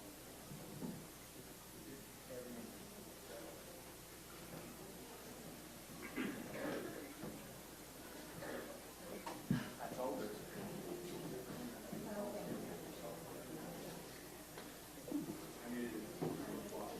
Just make sure it's in her pocket. Okay. Yeah, we're in. All right, outside the presence of the jury, Mr. Smith, there's matters that the state wishes to place in the record. Go ahead. Yes, Your Honor. We have just passed Zion Carr for cross-examination. In his direct examination, Zion Carr represented that he did not remember Atatiana Jefferson holding the gun up. He maintained that she kept it down at her waist. In any of the previous meetings we've had with Zion, he had not said that. He said the gun was up. He also stated on direct examination that he did not remember seeing a man with a badge outside the window. That is also different than what he has said in our previous meetings. We have turned that disclosure over to the defense. This was the first time the state of Texas has heard him say that. It is not unusual for children on the stand to say something somewhat different. The state has no problem with that. It is just for purposes of 3914 and Brady that we wanted to put on the record that today was the first day that we had heard that information. Defense is satisfied. Yes, Your Honor, and to the government's position on that, they have provided us updates throughout the pendency of this case every time they've met with him, updates from those notes, and we were just as shocked as Mr. Smith was from the change in testimony. All right. And Your Honor, this will come out later in trial. We have agreed versus the defense impeaching this witness. I'm going to say that they still have a right to do, but we have agreed with the defense that we are going to redact portions of the forensic interview and offer the portions of the forensic interview where Zion is discussing the incident on October 12, 2019 for the jury. But we will, this afternoon after the funeral, we will get that redacted and get a copy to the defense so we can agree on its admissibility. That's the defense's understanding. Yes, Your Honor, offer the original record only and offer Exhibit A of it for all purposes. Would there be any objection to that procedure? No, Your Honor, we would join in its offering. Okay. All right. Thank you to the lawyers. Mr. Smith, you'd have Mr. Carr come back in. Thank you, sir.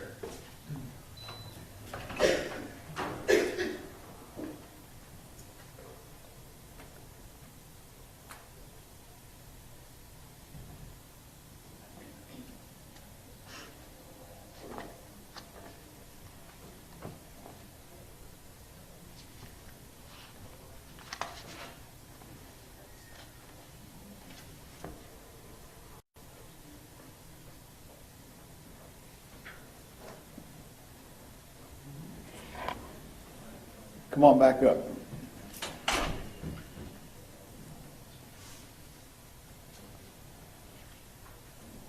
Let the bailiff check the microphone for you, okay? Okay, breathe it up a little bit on it. A little bit, there you go. Yeah, that's good. Okay.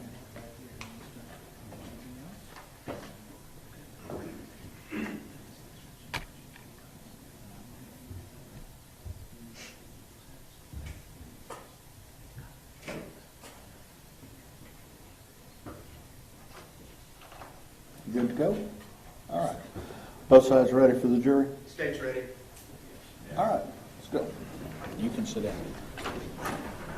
No, you can sit down.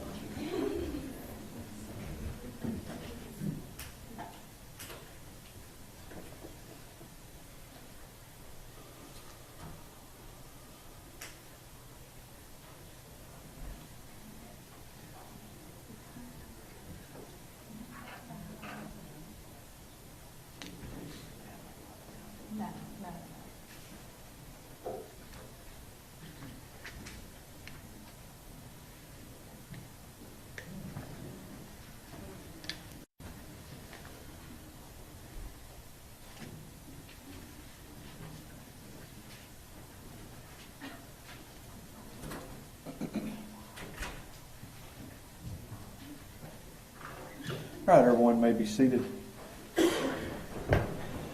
We are ready to proceed. Mr. Gill. Thank you, Arnie.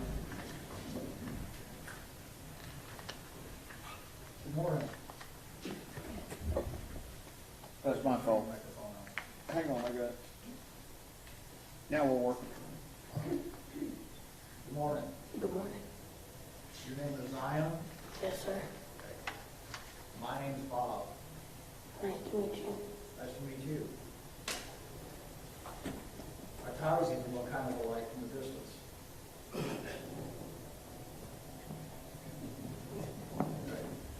So, you were very kind and answered all of Mr. Smith's questions for him this morning.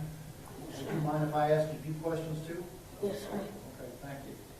And what I really want to talk to you about, since it's, 11 o'clock in the morning, and my stomach's growling, I really want to talk to you about those hamburgers. Yes, sir. Are hamburgers your favorite food? Yes, sir. Okay, what is? It's buffalo wings. Okay. All right, I'll like those too. So, let's go back to when you were living with Aunt Tay. Okay? Okay. And that was Grandma Yolanda's house, is that right? Yes, sir. And Grandma Yolanda was in the hospital, did I get that right? Yes, sir. And your mom was also having some health issues. Yes, sir. Okay. So Aunt Tay was taking care of you, right? Yes, sir. How long have you been staying at that house?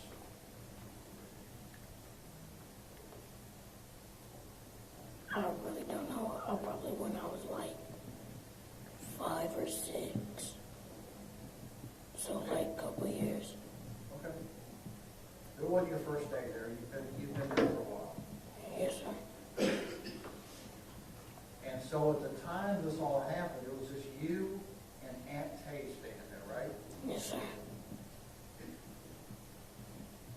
And the cars in the driveway, did one of those cars belong to Aunt Tay and one to your grandma?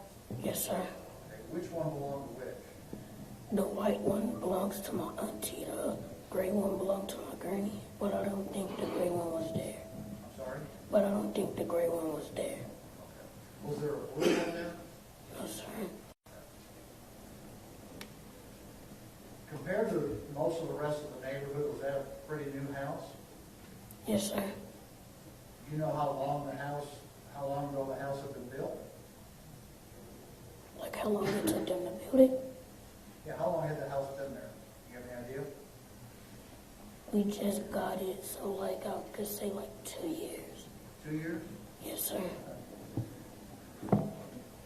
What had you and your aunt been doing earlier that day? Playing video games. Is that what you did all day? Yes, sir. Did you go to school that day? Yes, sir. After you got home from school, you started playing video games? Yes, sir. Was there any lawn mowing work going on that day? No, sir. Was that the day before? No, sir. Did you have a bike? Yes, sir. What kind of bike did you have? A BMX. BMX bike? Yes, sir. Do you know where it was? It was in the garage. Did that house have one garage or 2 garages? One. Was there another building back behind the garage? And no, because behind the garage it's an alleyway. But after the alleyway there's a building. So, kind of. I got you. Okay. Have you ever cut the grass there before? Yes, sir. And Aunt Tay showed you how to cut the grass? Yes, sir. So was that your job? Yes, sir. How often did you have to do it? Every time it get like 3 inches, I'll cut it. Did you get a little bit of money for that? No, sir. And she also showed you how to cook hamburgers? Is that Yes. right? Yes, sir.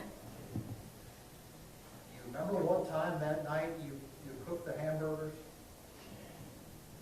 Repeat that again. You remember what time that night, let me rephrase it. Do you remember what time that night you burned the hamburgers? Right after I got out of school. Okay. So, do you remember what time you got out of school, just generally? No, sir. Probably still daylight when you got out of school, right? Yes, sir. Did you go anywhere after school, or did you just come straight home?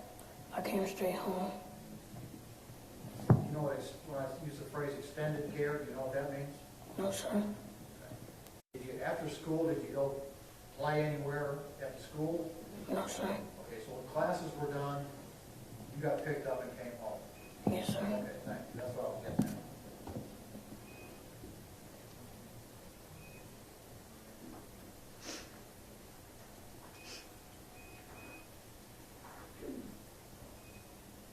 Go ahead, Mr. Gill.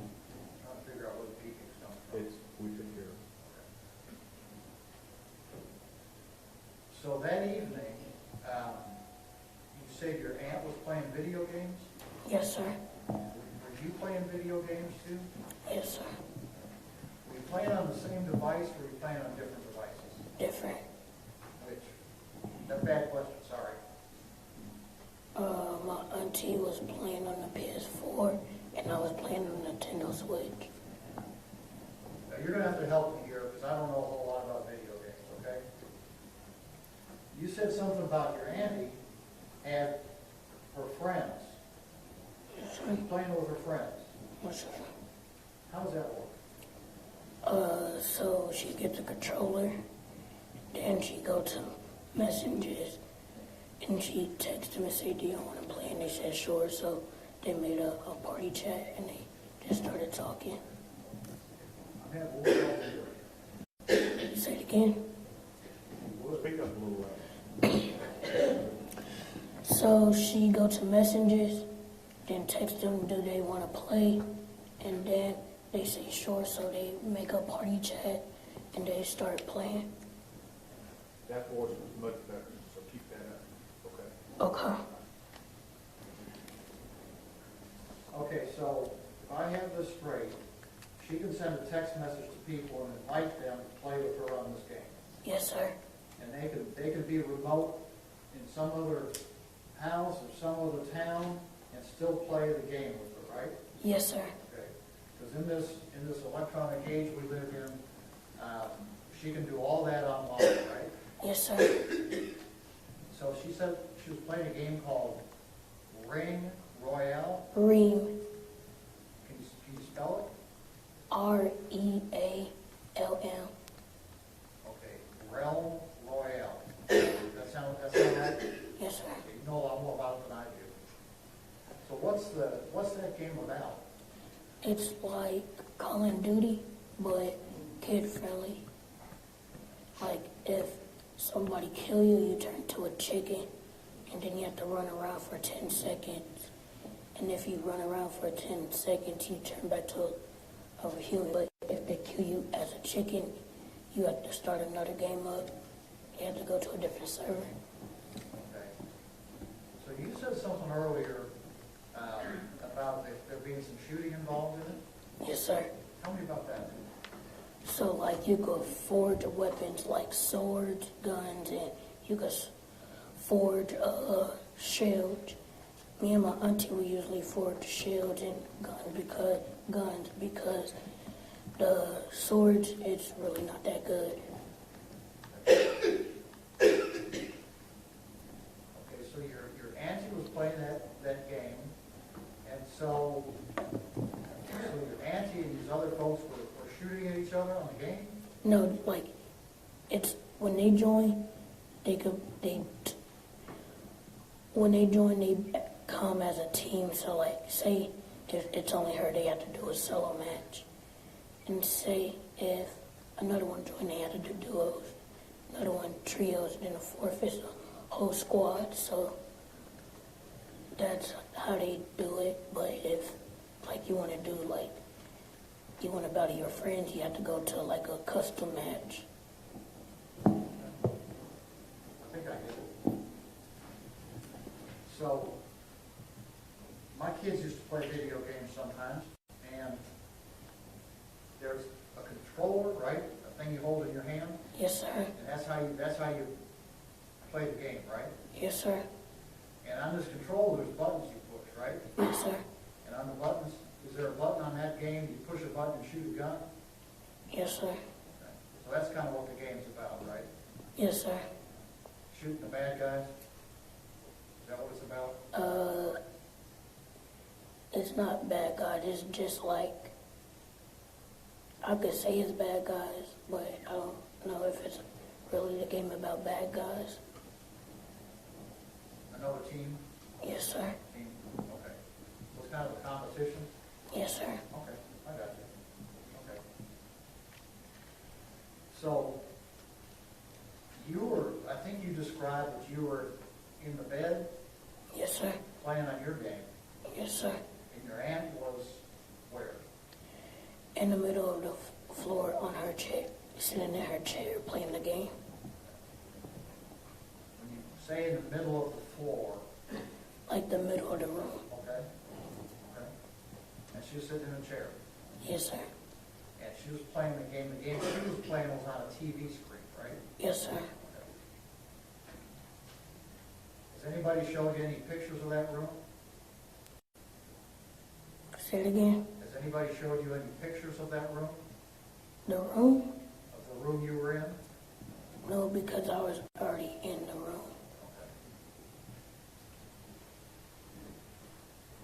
Was the TV screen that she was using to play on the one that was in front of the bed? Yes, sir. So in that room, there was a TV screen and there were some computer monitors too, right? Yes, sir. And she was using the TV screen, right? Yes, sir. So it was just you and her in the house. Were there some pets also? Yes, sir. What kind of pets did you all have? Dogs, kittens, and a rabbit. How many dogs?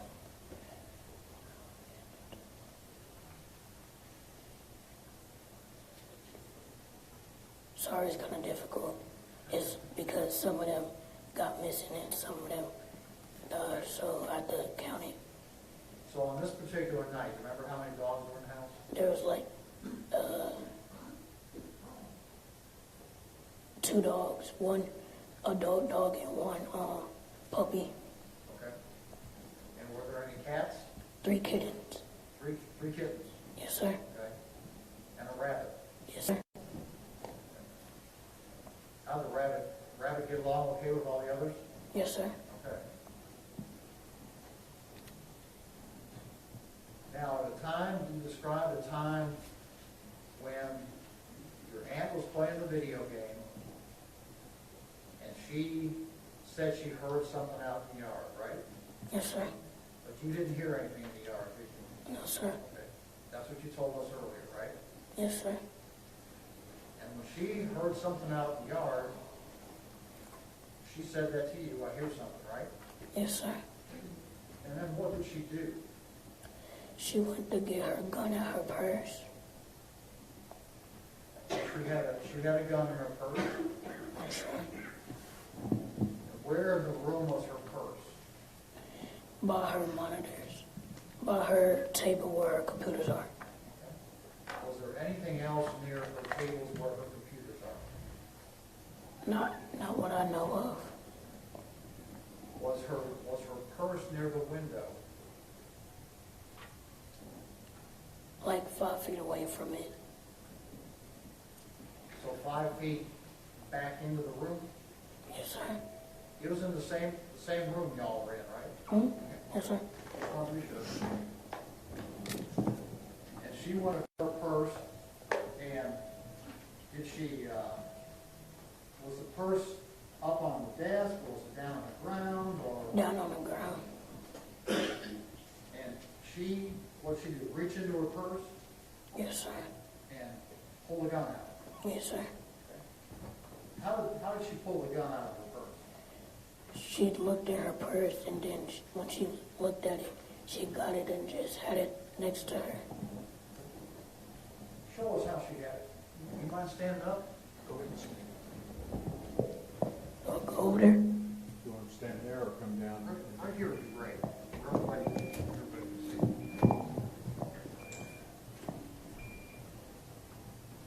Right Okay, here. all right. Why don't you turn and face the jury just real quick so they can make sure we have everybody can see. There you go. Okay, thank you.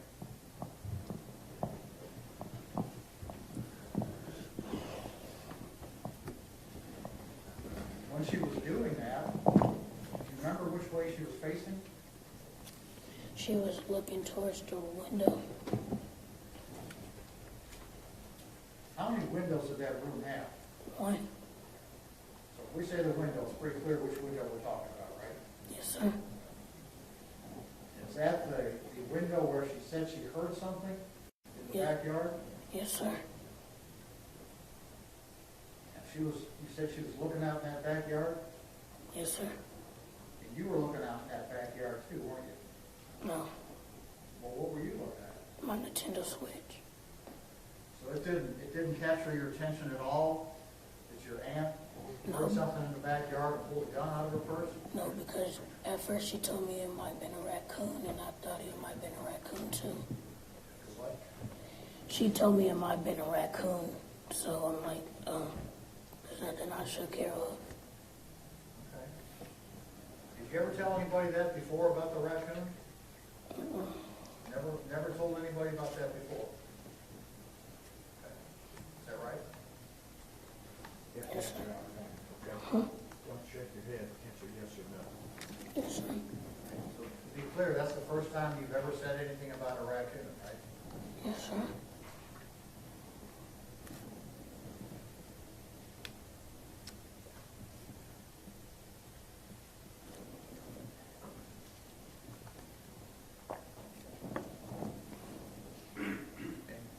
While she's looking at this out the back window, what's she doing with that gun? She still had it beside her.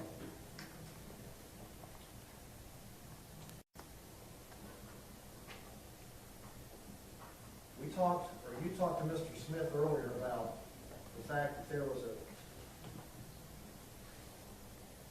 after what happened, you got put in a police car, right? Yes, sir. And the police car that you were in took you down to a place where you sat in a room and talked to a lady, right? Yes, sir.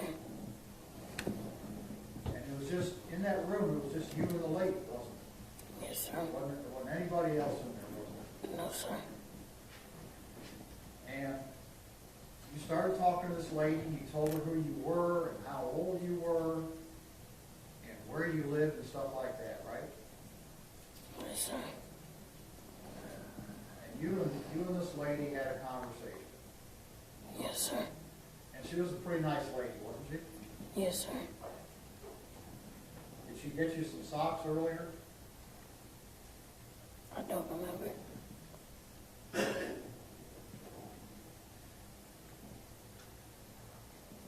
And that lady started asking you some questions about what you'd seen that evening, didn't she? Yes, sir.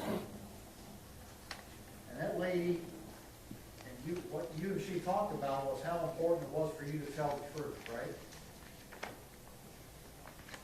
I don't remember.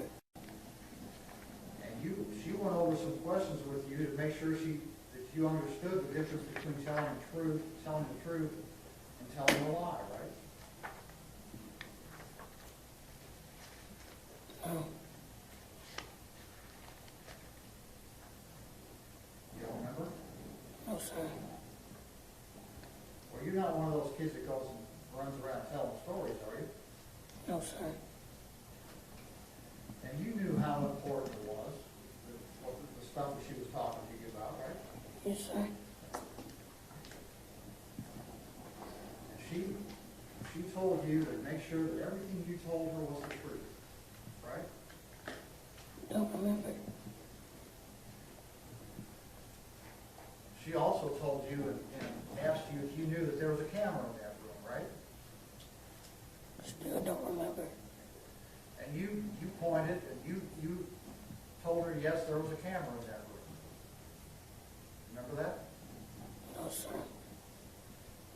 And she told you that what you were saying and what she was saying were being recorded, right? No, sir. Don't remember. And you were okay with that, weren't you? I don't remember.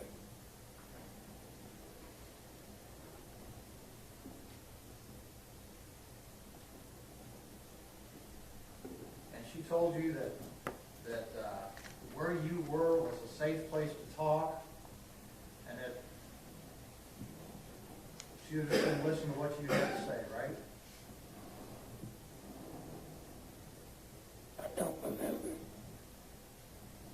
And she told you that there weren't any right or wrong answers to all the things she asked you.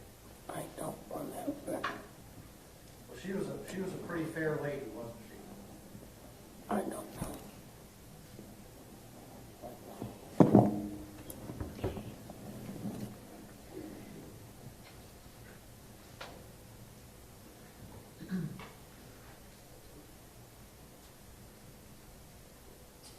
Counsel, please.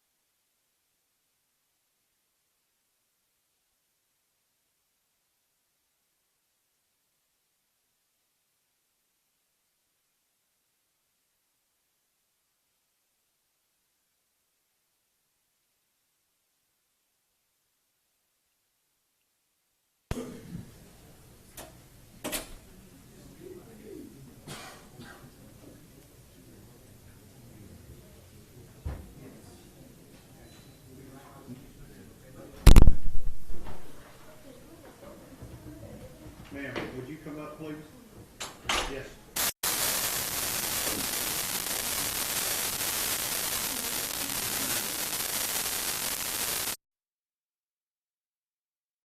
Want to give me the scholars the truth, whole truth, and nothing but the truth, self to God? Tell me your name. Seychelles, Spell it for me. S-E-Y-C-H-E-L-A-E. Okay. Last name Oliakese. All right.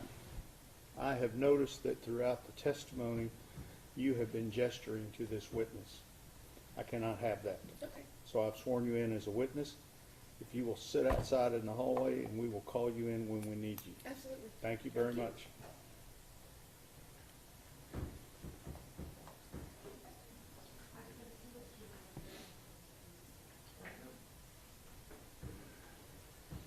Let's have him come back in. Yes, sir.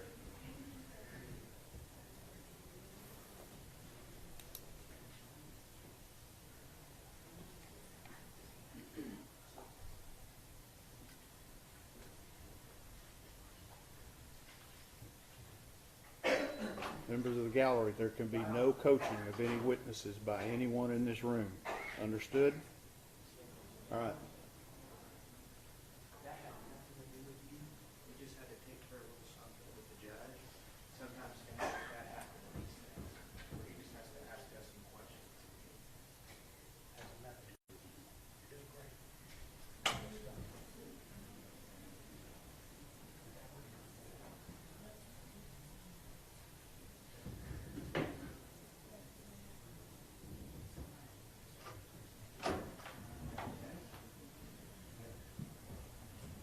And listen, you speak better when you speak up, okay?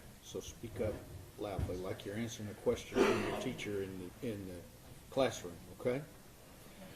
Both sides ready for the jury? State's ready. All right.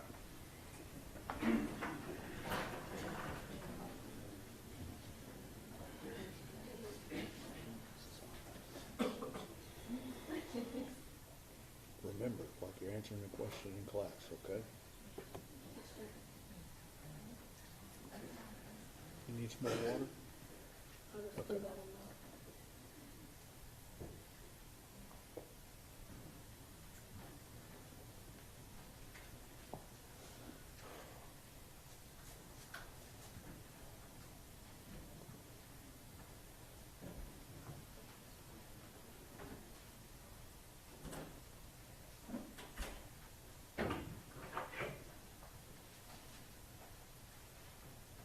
Everyone may be seated.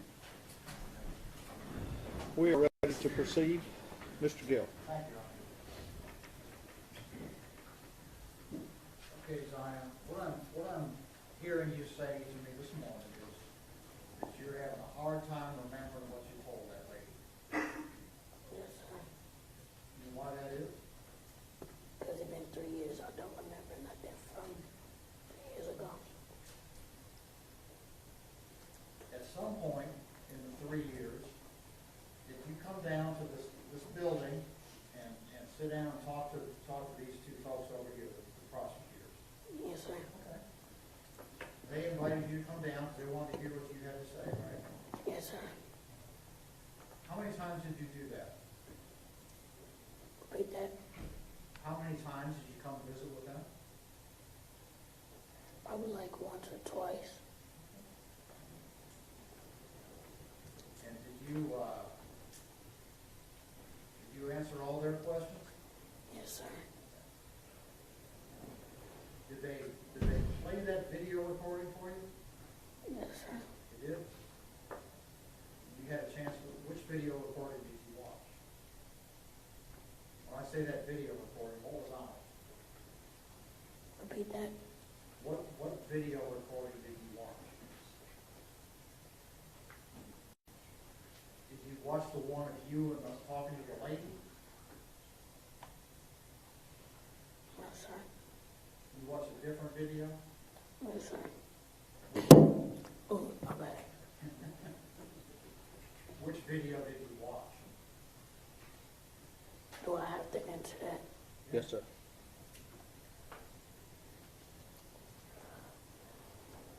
Let me ask you a different question. Was the video of the camera the Incident. police officer had on? Yes, sir. Did you watch that with these two folks? Yes, sir. You had already seen that before, hadn't you? What, the video? Yes, sir. Yes, sir. How many times? Don't remember. More than once? I don't remember. More than once?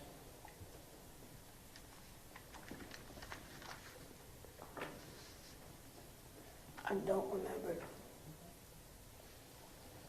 Other than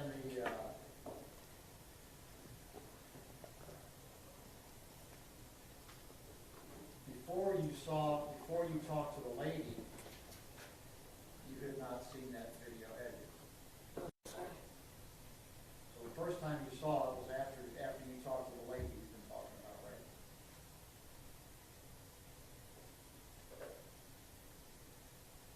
I don't know. Other than these two DAs over here, when you talked to them about this, who else have you talked to about it? Nobody. Not a single soul in the entire world. You didn't I talk don't to like, I really don't like talking about what happened. So that's why I never told nobody. That's fair. But what is your mom curious about what happened? No, because she's seen the video already. So you just haven't talked to anybody at all about it?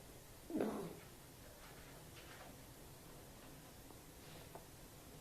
You know who a guy named Lee Merritt is? Yes, sir. Who is Lee Merritt? He is a lawyer attorney lawyer. And he represents your family, doesn't he? Yes, sir. Did you talk to him about this? No, sir. Not a word. No, sir. And pass the witness. Thank you. Redirect. I'm sorry. Yes, Your Honor, briefly. Yes, sir. And for the record, I would like to say whenever the witness got down from the stand, defense, please correct me if I'm wrong, he demonstrated how Tay had the gun. His right hand was about at his belt line, his right elbow slightly bent, and his fingers were pointing down as if he held something for purposes of the record. Defense agrees. Generally, yes, sir. Okay, that's what the court's recollection was. Okay, Zion, I just got a few more questions, okay? Yes, sir. Now, are you sure that we watched that video, that you watched that video with me and Ashley? I don't know. You don't know? The time that you came to see us a couple of weeks ago, what did we do? We just talked and I drew a picture for y'all. We just talked and you just talked and drew a picture. You didn't watch the video that day, did you? No, sir. And did we go to a courtroom? Yes, sir. What did we do in the courtroom? He showed me what where I'm gonna be at and how I'm gonna be on the mic and all that. And I seen a judge, not this judge, but a different judge. And we talked, kind of asked some of the same questions we did earlier today about sports and things like that. Is that right? Yes, sir. Zion, have you ever done anything like this before, testifying in front of a bunch of people? No, sir. Has it been a little scary? Yes, sir. Have you done your best to tell us what happened the way you remember it? Yes, sir. You've been pretty brave today. Thank you. We'll pass the witness. Mr. Gill. Just briefly, Judge. So I have just a couple more questions, then you're gonna go home, okay? Yes, sir. When you met with these two folks over here a couple of weeks ago, you told them something different about how your aunt was holding that gun, didn't you? No, sir. You told it exactly like the same way you told it here today? Yes, sir. That's all we got, Judge. Mr. Smith. No further questions. May this witness be excused subject to any potential recall? You may. No objection from the state, Your Honor. Okay. If you'll unclip that microphone for me. And you can go to the back.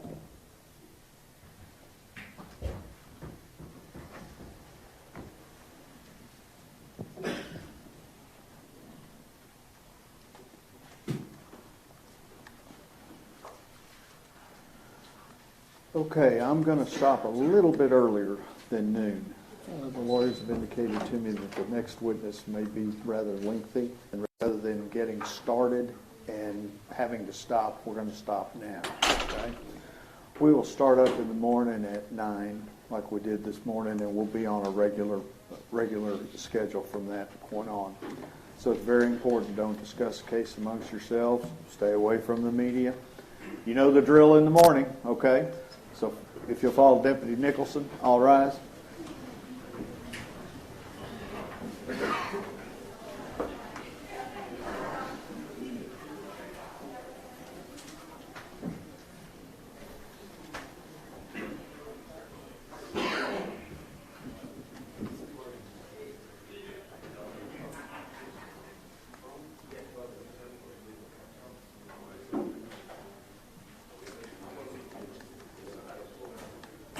All right, thank you, everybody. Oh, wait. We need a record? Yes, sir. Everyone may be seated, please. Your Honor, and if I may, we met Dale Smith, Ashley Diener, and Mo Brown with Zion Carr on November 15, 2022. It was during this meeting that Zion Carr disclosed to us that he had seen the body cam footage.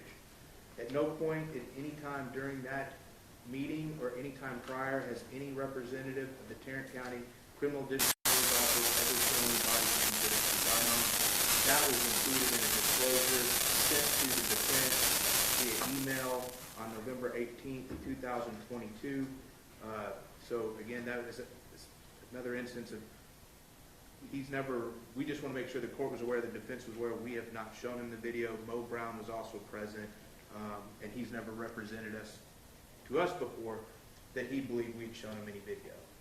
And y'all acknowledge receipt of the previous email? Yes, sir. I don't think that the state has shown him that, and we got the email. It's clear from the video footage that's in the pretrial exhibits that the court reviewed that Lee Merritt's on TV that night, the night of the 12th, talking that he has met with this witness and talked to him at length that day. And subsequent video footage has shown that he's met with him over and over again. And that's in the records for the pretrial exhibits, so I think we know where the influences come from. All right. But we'd like a further disclosure about how, and we can do this off the record. Okay. We'd like a further disclosure about what his gestures were during that. Okay, we can talk about that, and then we can come out and put it on the record. Okay. Mr. Smith, anything else that we need to do out in court today Nothing from the state, Your Honor. from the defense? No, Your Honor. Okay, thank you. We're done.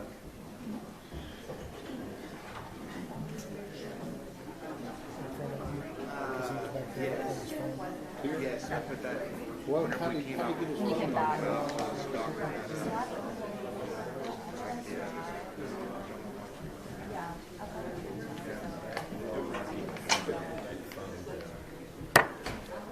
Stay here. The phones stay here. Just get his name.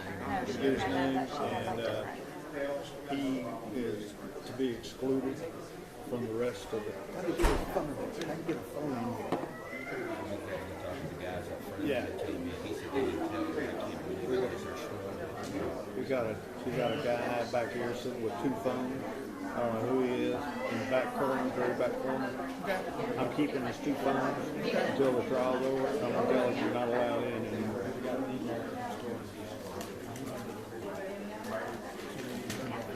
Okay.